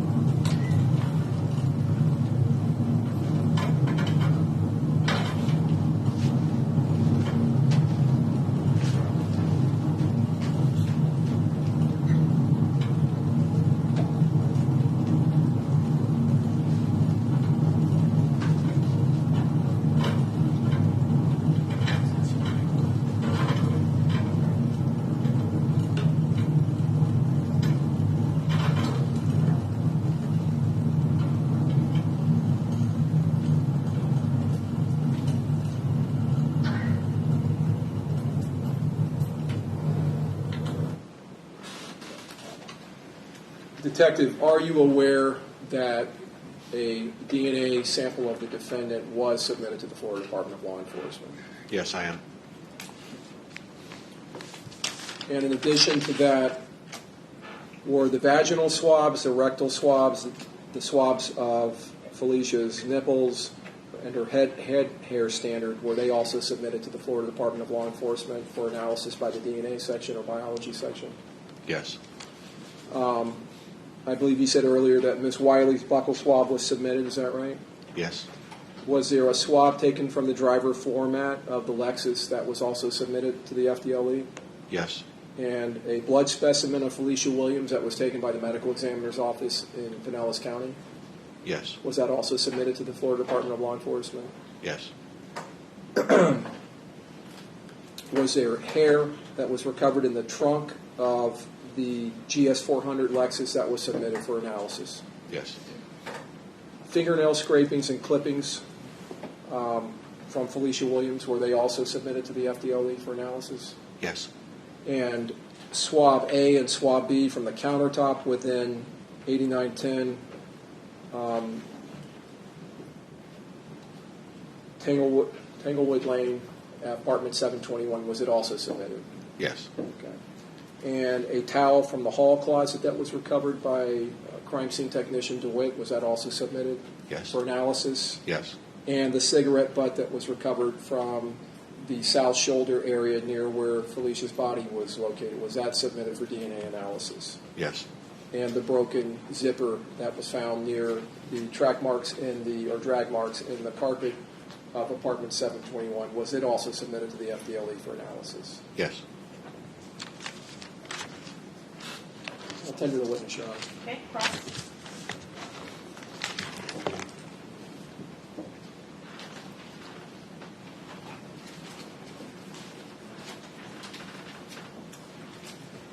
Good morning. Good morning. The video that we just looked at, do you recall the date that was recorded? No, I don't. Okay. I think it was on the file. Okay.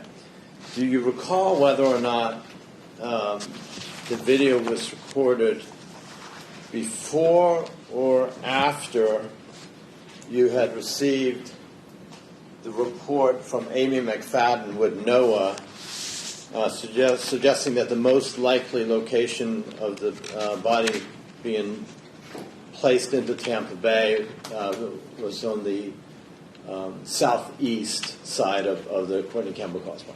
Afterwards. Afterwards, okay. But the video is strictly the north side of the northwest side of the Courtney Campbell Causeway. Is that fair? Yes. Did you also do a video of the southeast side of the Courtney Campbell Causeway, the service road there? No, sir. Okay.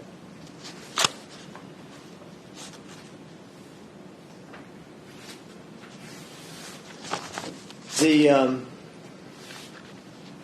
spent quite a bit of time yesterday going through your recorded video interview of the interview of Granville Ritchie. Yes. And early on today, you were asked about whether or not you believed that Ebony Wiley was a good liar. Yes. And I believe your answer was not particularly. Yes. Okay.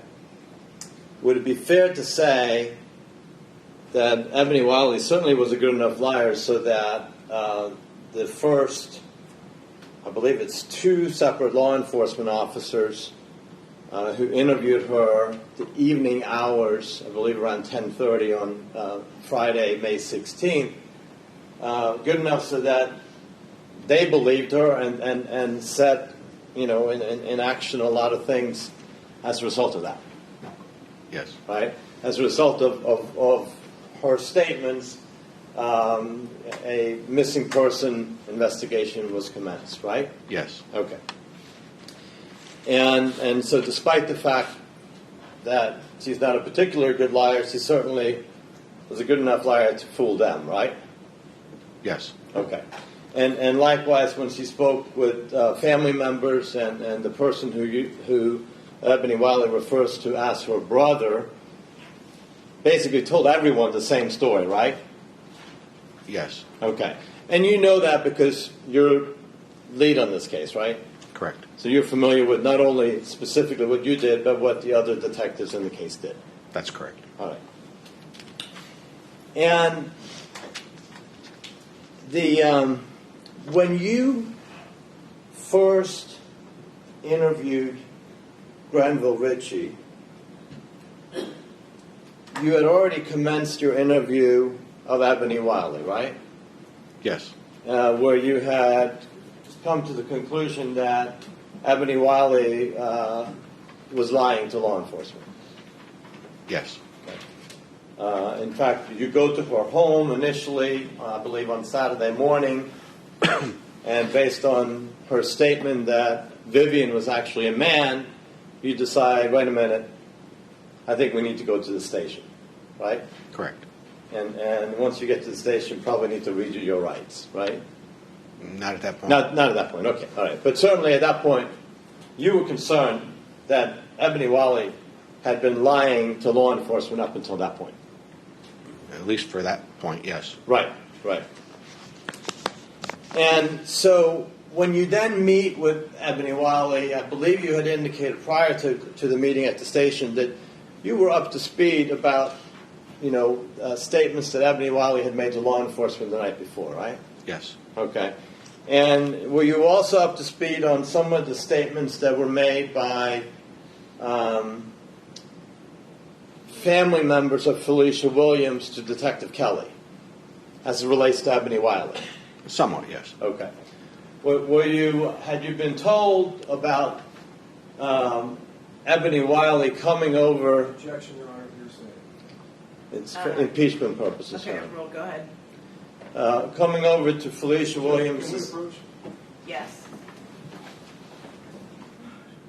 You were aware of the fact that Ebony Wiley had come to pick up Felicia Williams from her home on May 16th in the afternoon. Yes. And that that Ebony Wiley's sisters had indicated that she came there to pick her up for purposes of wanting to talk to her about problems at her workplace as a result of Felicia Williams showing up at her workplace. Correct. Okay. You were also aware of statements made by Felicia Williams' sister to Detective Kelly that there had been an incident a day or two earlier where Ebony Wiley had driven by Felicia Williams and her sister and yelled and cussed at them out the window. I think you may be wrong in who you're speaking about because Detective Kelly, the only deal I had with him was in the morning when I sent him over to speak with the parents of Felicia. Sure. I don't think I spoke with Detective Kelly again before my interview with. As throughout the investigation, you never spoke with Detective Kelly about what Felicia Williams' sister had said? I thought you were asking before I spoke with her. I'm sorry. Okay, so at that point you were not aware of the statements that were made by the sisters. Is that what you're indicating? Not at that point, no. Okay. Later on you become aware of it? Yes. Okay. And you become aware of the fact that Ebony Wiley Judge, had... I object, same objection at this point. Same basis, Your Honor. Well, again, I think you need to tighten up as far as how he became aware, okay? That's fine. How did you become aware of it? Could you say that in a question? Sure. Please? So we're talking about statements made to Detective Kelly by the sisters of Felicia Williams, right? Yes. And dealing with an incident that occurred between Ebony Wiley and Felicia Williams and her sister a few days prior to May 16th. Correct. Okay. How did you become aware of that information from Detective Kelly? Did he tell you about it? He may have told me, or I read it in his report. Or you read it in his report? Or something to that Okay. nature. And the information that you became aware of, however you became aware of it, was that Ebony Wiley stopped, yelled Go ahead. and cussed at Felicia Williams and her sister. At one point, yes. A few days prior to May 16, 2014. Correct. Okay. And in fact, that was another reason, according to the sisters, that Felicia Williams had gone to the workplace to confront Ebony Wiley about having cussed and yelled at her. I guess. Well, no, if you don't remember, you don't remember. I remember reading about that, but I don't remember if that, I remember what you're talking about, Okay. but I don't remember if that was one of the reasons that they did. I thought the reason was because she went to her workplace. Okay, so maybe Detective Kelly, since he actually had the conversation with them, would be the better person for me to ask about the specifics of that. Absolutely. Okay, very good. We'll do that.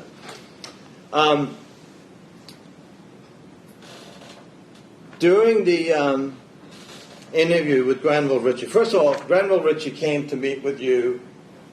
He was asked to come in and meet with you, and there were some phone calls back and forth, but ultimately he showed up of his own free will, right? Yes. Okay. He wasn't forced in there. No. Right? And he was free to leave. If he'd said, listen, I'm done, I want to leave, he could have left? Yes. Okay. The fact that he asks for permission to go to the bathroom, for example, is that because he's in your facility, not because he's not free to leave, right? Well, he would have to be escorted any place Sure. in our facility, yes. Because we're inside your facility, you had to be escorted. Yes. But if he said, I want to leave, he could have left. Yes, he could have. And he did not. No, he did not. Okay. He had his cell phone with him, right? Yes. And he was eager to share whatever information was on his cell phone. Yes. He didn't hesitate at all when asked if you guys could see what was on his phone. Correct. Okay, and we see all that on the video, right? Correct. Okay. Now, he speaks about some of the issues that brought Felicia to his apartment. Do you recall that? Some of the reasons why she was brought to the apartment. Yes. And one of the reasons that he talks about in detail is the concern about Felicia Williams stealing money and cell phones. Correct. Recall that? Yes. Okay. And because you had the ability to review all the reports and you were able to talk to Ebony and you were able to review the reports about the sisters and what have you, the information that he provides about the concern about her basically stealing cell phones and money appears to be corroborated by others. Would you agree? It's Yeah. not. It doesn't appear to be made up. Yes. Okay.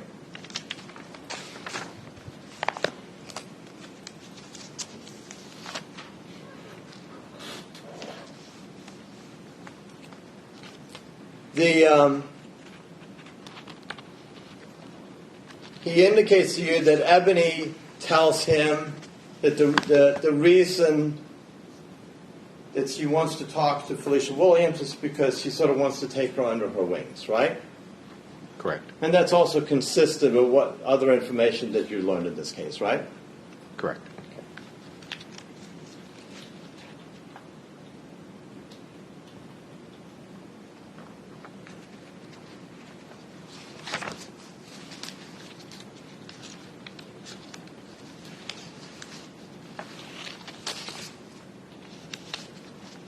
He talks about, during the interview, he candidly talks to you about the fact that he apparently has several different girlfriends and a wife that he's, I guess, juggling at the time. Would you agree with that? Yes, sir. Okay. And that appears to be corroborated as well. And when you look at the phone records, he appears to be on the phone at various times with many different women. Yes. Including the late evening hours of May 16th. Correct.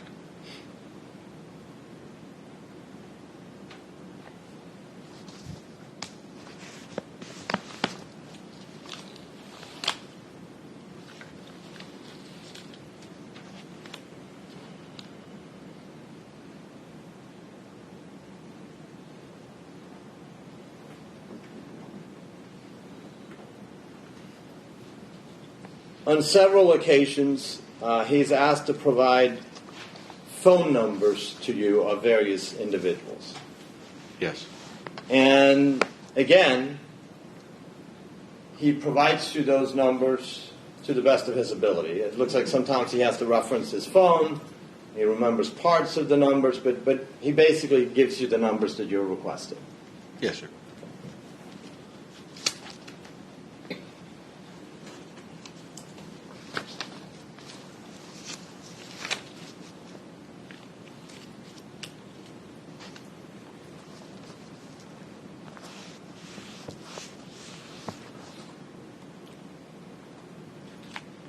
The statement about going to Fonona Sassa after dropping off Ebony Wiley the evening of May 16th,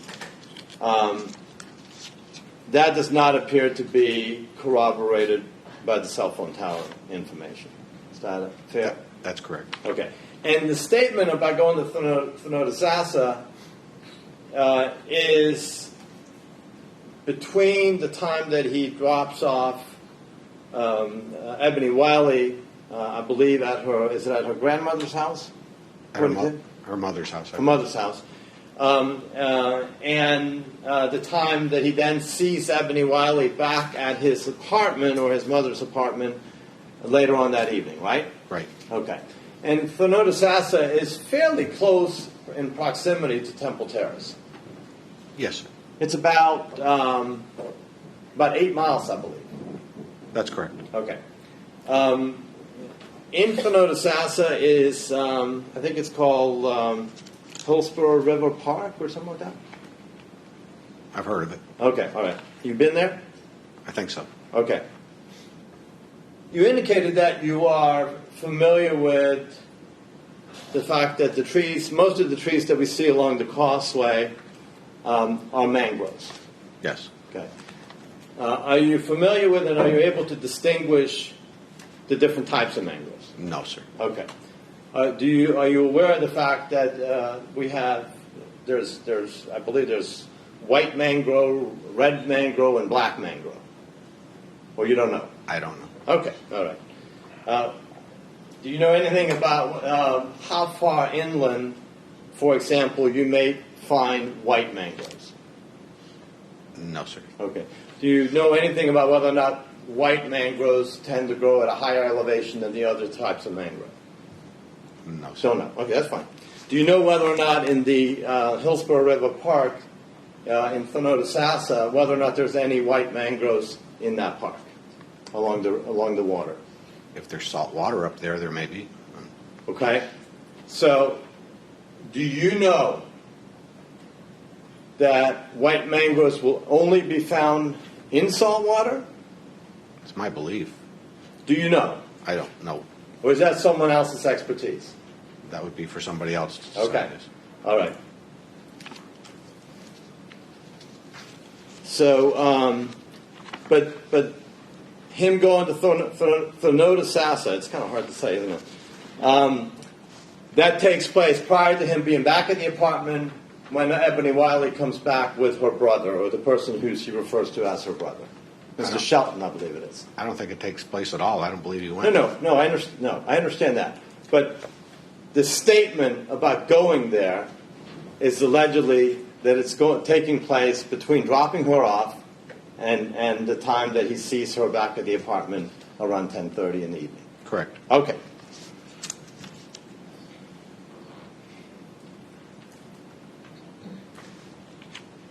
Clearly, he is troubled in the interview by the fact that he left his girlfriend, Calissa Kelly, sort of stranded as he decided it was more important to come and meet with you guys. Yes. Right.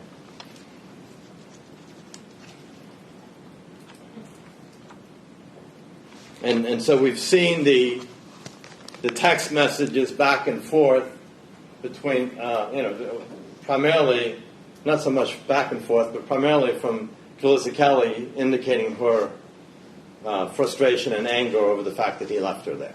Yes. Okay.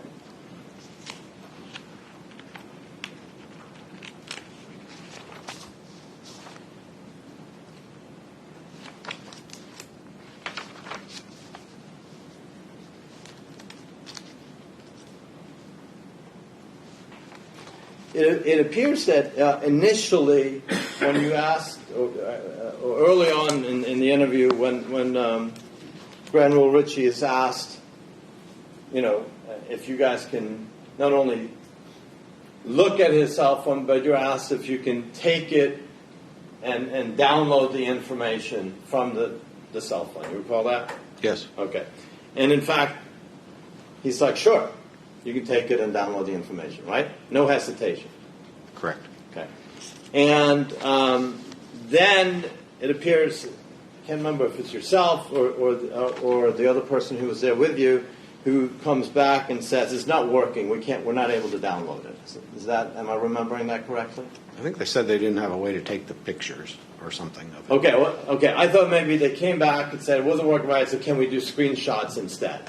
Correct. Okay, all right. So, because you guys have this device that normally you can basically download all the information, right? No, sir. Well, I don't have it. The Oh, FDLE your department doesn't have it? No, sir. Oh, okay. All right. I misunderstood.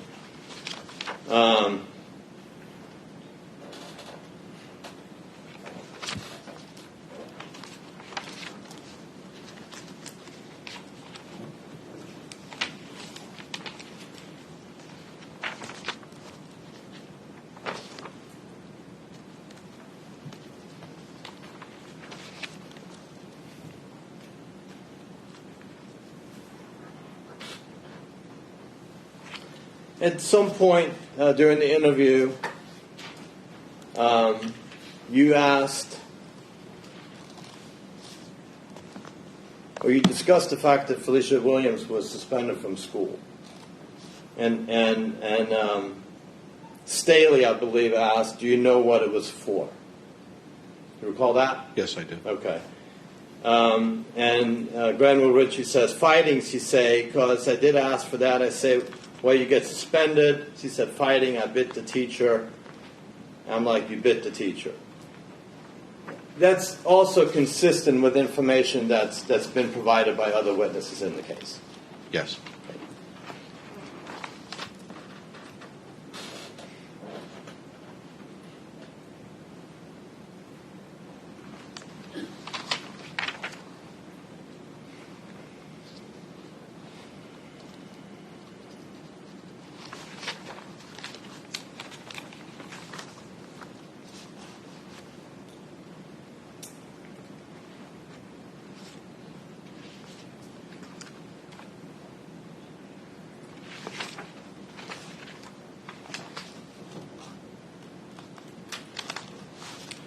You asked Granville Ritchie about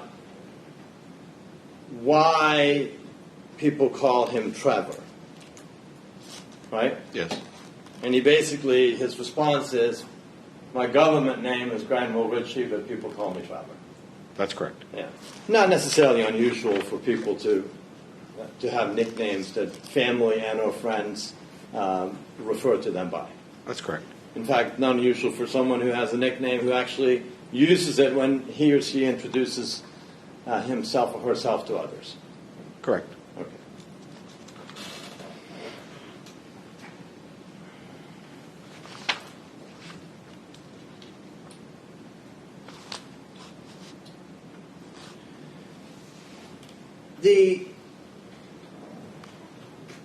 You indicated on direct examination that at the time when you're talking to Granville Ritchie,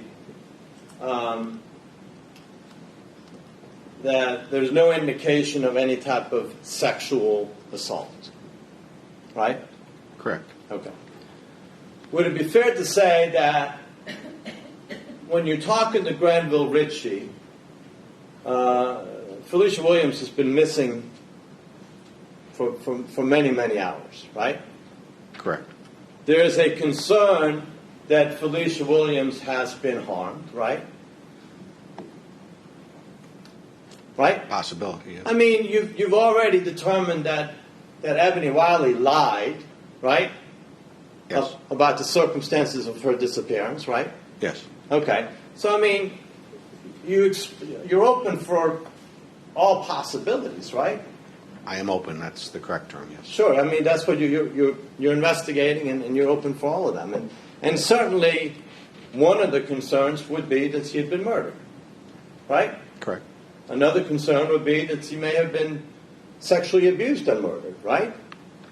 It's not an unreasonable concern. That could have happened. Sure. In fact, you indicated, part of you trying to find Felicia Williams is you're looking for video, right? To see if you can find video that shows her walking away from the apartment complex, right? Correct. Okay. Because you had statements that she'd walked away.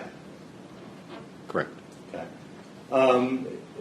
You had other officers who followed up on leads where someone had seen a girl similar in size walking towards a retention pond or something like that? I read that. Right. And so you follow up on all of that, right? You have your whole department basically working this case, right? Yes. And you seek assistance from other agencies, Yes. Including Hillsborough County, Tampa Police Department, Clearwater Police Department, FDLE, right? Yes, sir. Okay. And, if you don't have any leads, one of the things that you might do at some point, regardless of whether or not you found Felicia Williams, is, you might have gone onto the FDLE website to sort of look at, sexual predators or sexual offenders that are living within a close proximity of the area, right? That wouldn't be unreasonable. Not at all. Okay, all right. Did you do that in this case? I believe that was done, yes. Okay. Did you do it or someone else did it? I believe it was done. I didn't do it personally, no. Okay, all right. In fact, not only, you go on that website, they'll give you addresses and names of people within a 1 mile radius, 2 mile, 3, 4, 5, right? Correct. Okay.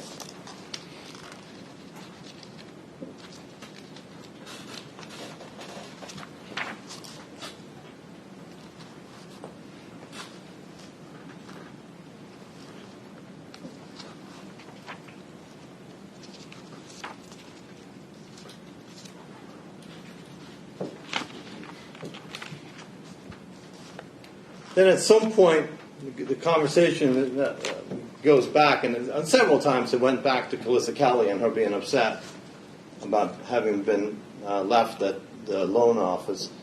And the question is asked, is Calissa Kelly blowing your phone up still, right? You recall that? Yes. Okay.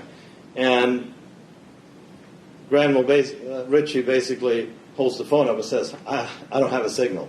I can't really get any. Do you recall that? I do recall that. Okay. So I don't know. I don't know if she's blowing it up or not at that point.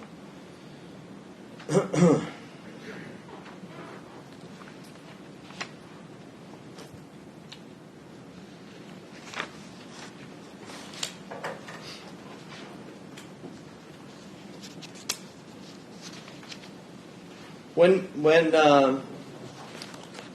Mr. Ritchie was asked about the time that he left his apartment, the final time, he wasn't quite sure about what time it was. Would that be a fair statement? I think he said about 11. Okay, well, he referenced the time that Ebony Wiley had come by there, right? Yes. And then he was talking maybe 45 minutes after that. Yes. But he also said, I wasn't really looking at the time. Yes. Okay, all right. Certainly the time on the photo that we see from the red light camera footage, assuming that is in fact the silver Lexus with Granville Ritchie in it, would be probably the best evidence of the time when he leaves. Correct. Okay. When you were looking at those photographs from the red light footage, and you asked repeatedly by Mr. Harmon about, do you see the Lexus there? Do you see the Lexus in this photo? Right? You recall that? Yes. I believe when you referenced this car in your report, you describe it as matching the car in question. Yes. Okay. Because you can't see the tag, right? Correct. Okay. But it looks like a silver Lexus of the same model, right? Yes. Okay. So you're not saying that necessarily that is the one, but it certainly looks like the same model, same year. Yes. Okay.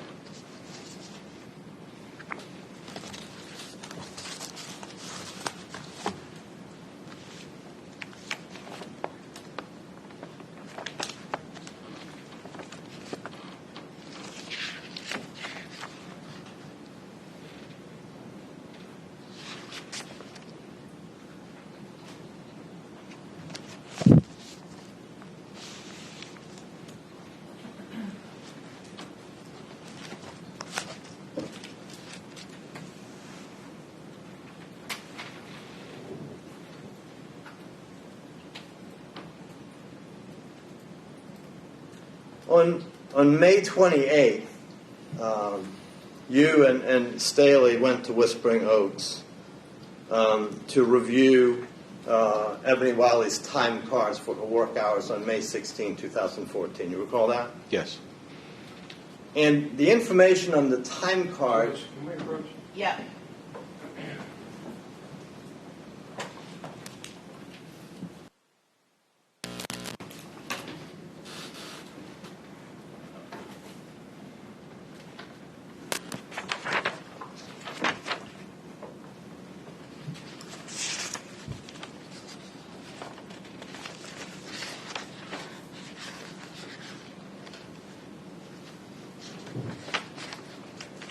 one moment, Ron. Yes.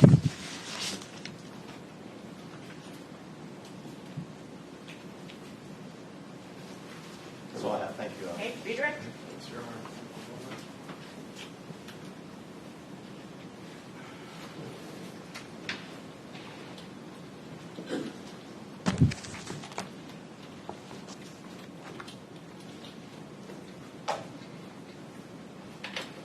Detective, I'm showing you States Y, which is the video taken at the Courtney Campbell Causeway, the last thing we saw in your direct examination. Do you see the date?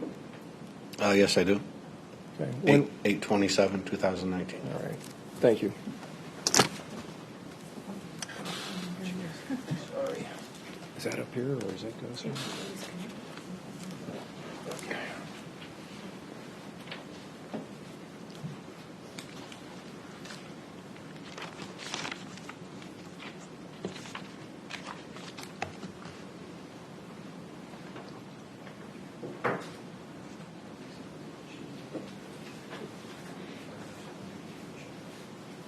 Detective, counsel asked you a lot of questions about corroboration of statements and evidence in this case.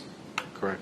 Going back to that photograph counsel was asking you about that shows at 9:03, actually I think the one he was talking about was around 10:40 something or 10:50 something, showing the Lexus turning southbound onto 56th Street from River Hills. Yes, sir. All right. So I want to go back. First of all, I'll ask you, in all of those photos, does that appear to be the same year, same model of Lexus, same color? It appears to me, yes. And this is a car that was at the time almost 20 years old. It was in 1998. That's correct. Okay.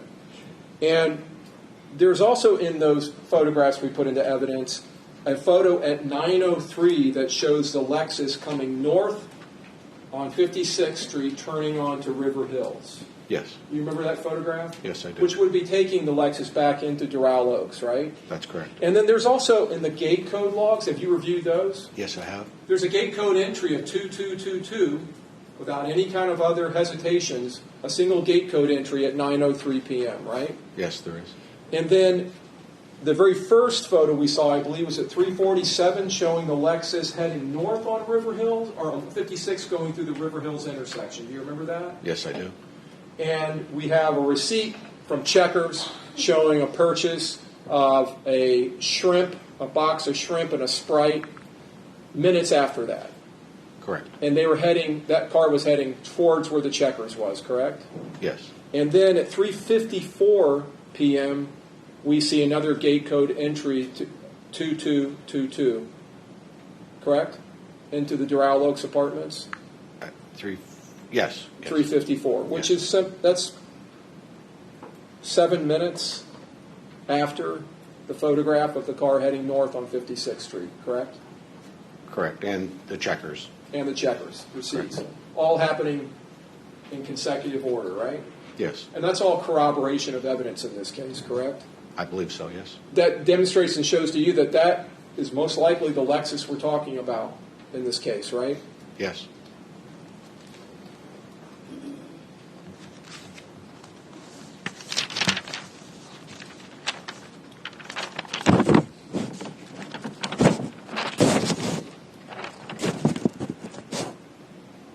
Now, counsel asked you about the defendant telling you that he traveled to Thenota Sassa and asked you, it's only about 8 miles from Temple Terrace, and you agreed. So my question is, would that be the western or the most eastern boundary of Temple Terrace from there to the most closest western boundary of Thenota Sassa, being 8 miles?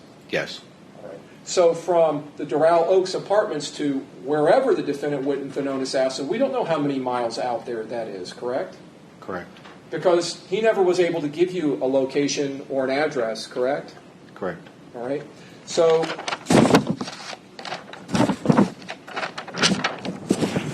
you were asked about his willingness and eagerness to give you the phone numbers of various individuals and provide it to the, quote, best of his ability.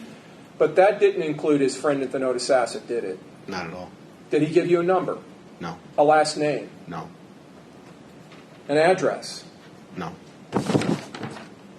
And talking about corroboration, the cell phone activity that you were questioned about in cross-examination, the cell phone towers that his phone was utilizing that night, was there any tower any tower east of the 124 Bullard Parkway Tower, which is the tower next to the fire station across from Doral Oaks?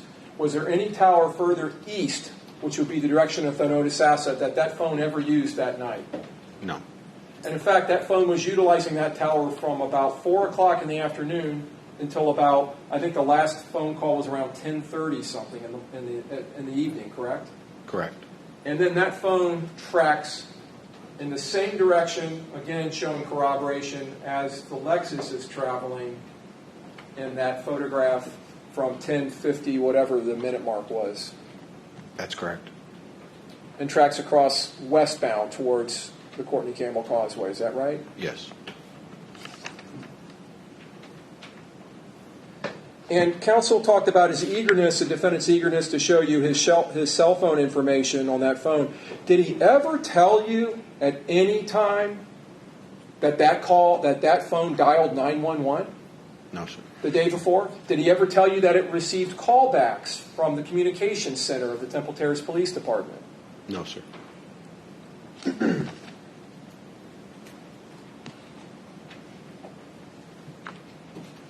He told you, counsel asked about several different girlfriends that he was, counsel said, juggling. And that appears to be corroborated from your information in this case, correct? Correct. In fact, didn't the evidence show that he was driving Calissa Kelly's car on Friday and Saturday?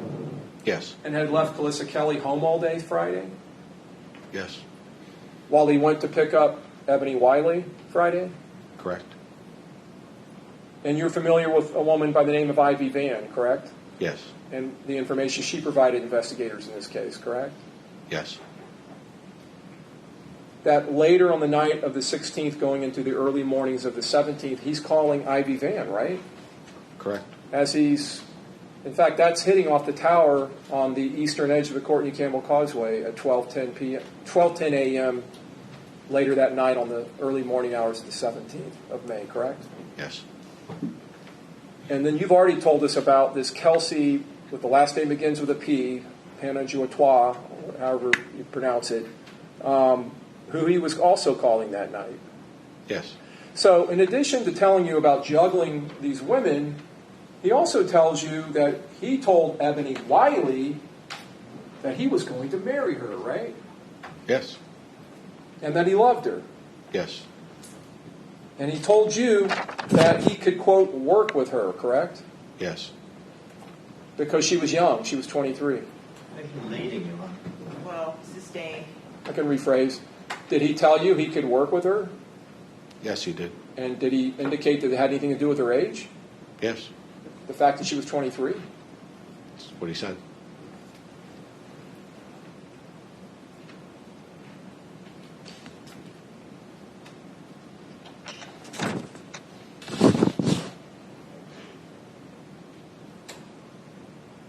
Counsel asked you if he appeared, well, counsel questioned you and said he appeared to be troubled about leaving Calissa Kelly.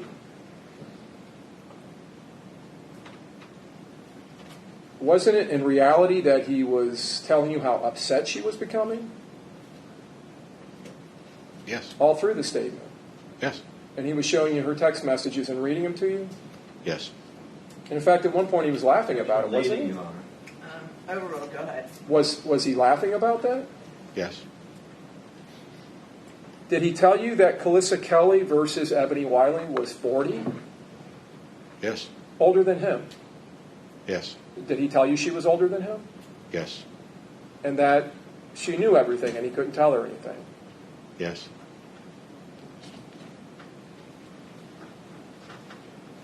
As far as the phone goes, and you correct me if I'm wrong, but the information that you were trying to get off the phone were these, what was on his screen. Yes. And I believe what happened was Corporal Staley or someone else was trying to have him text or email that information to you? We're trying to have him do screenshots and send them to us. That would be another way to get Right. that information if we couldn't get it the And other way. eventually you just decided to photograph the screen? Well, we originally decided to photograph the screen. When they brought it in, they didn't have availability to do it or a camera to do it or something like that. They brought it back. And then I believe it was Officer Dittman at the time found a camera or something available to be able to take those pictures, and they took it back out and took the pictures.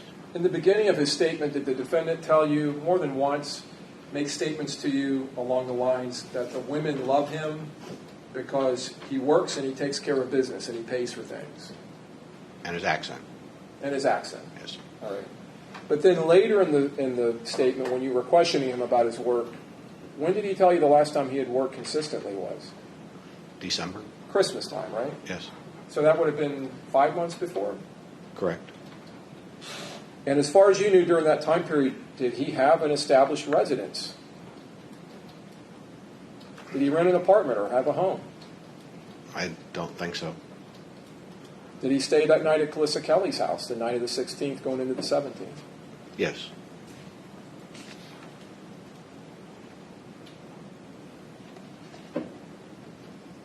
Now, do you remember the defendant making statements multiple times that he would look out from the balcony for the little girl? Yes.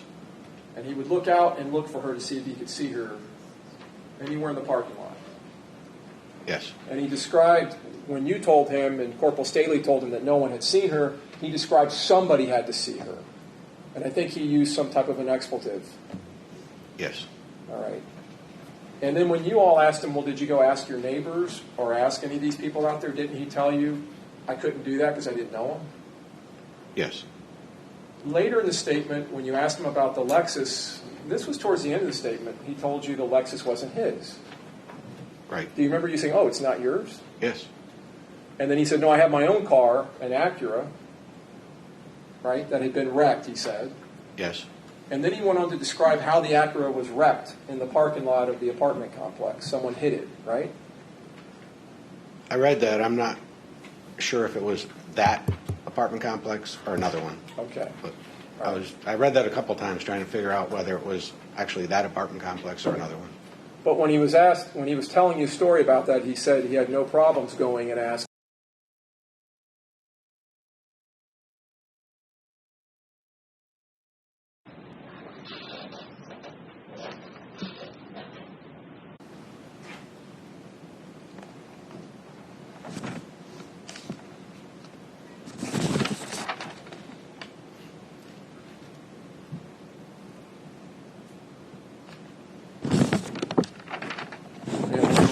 Yes.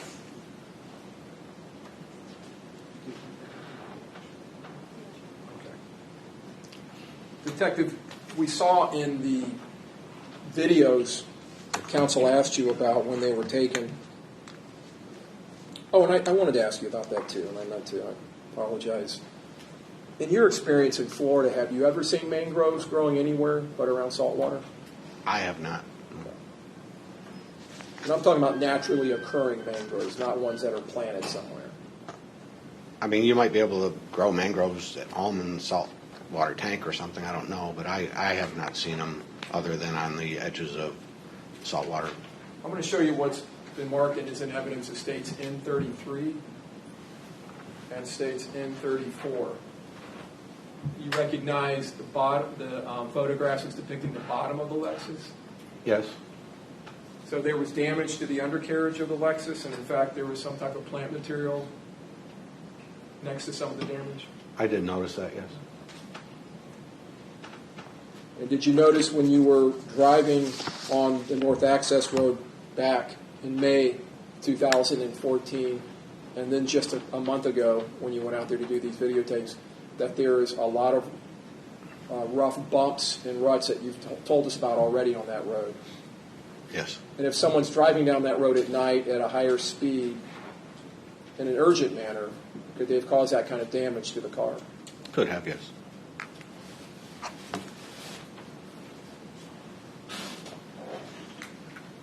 They just have one moment. Yeah.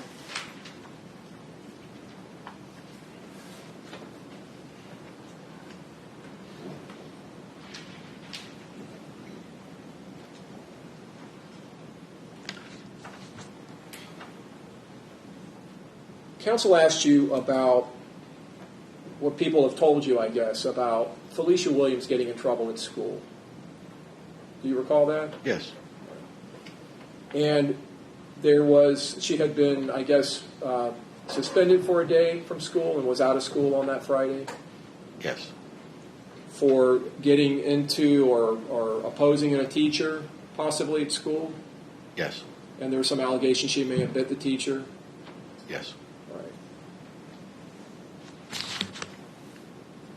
I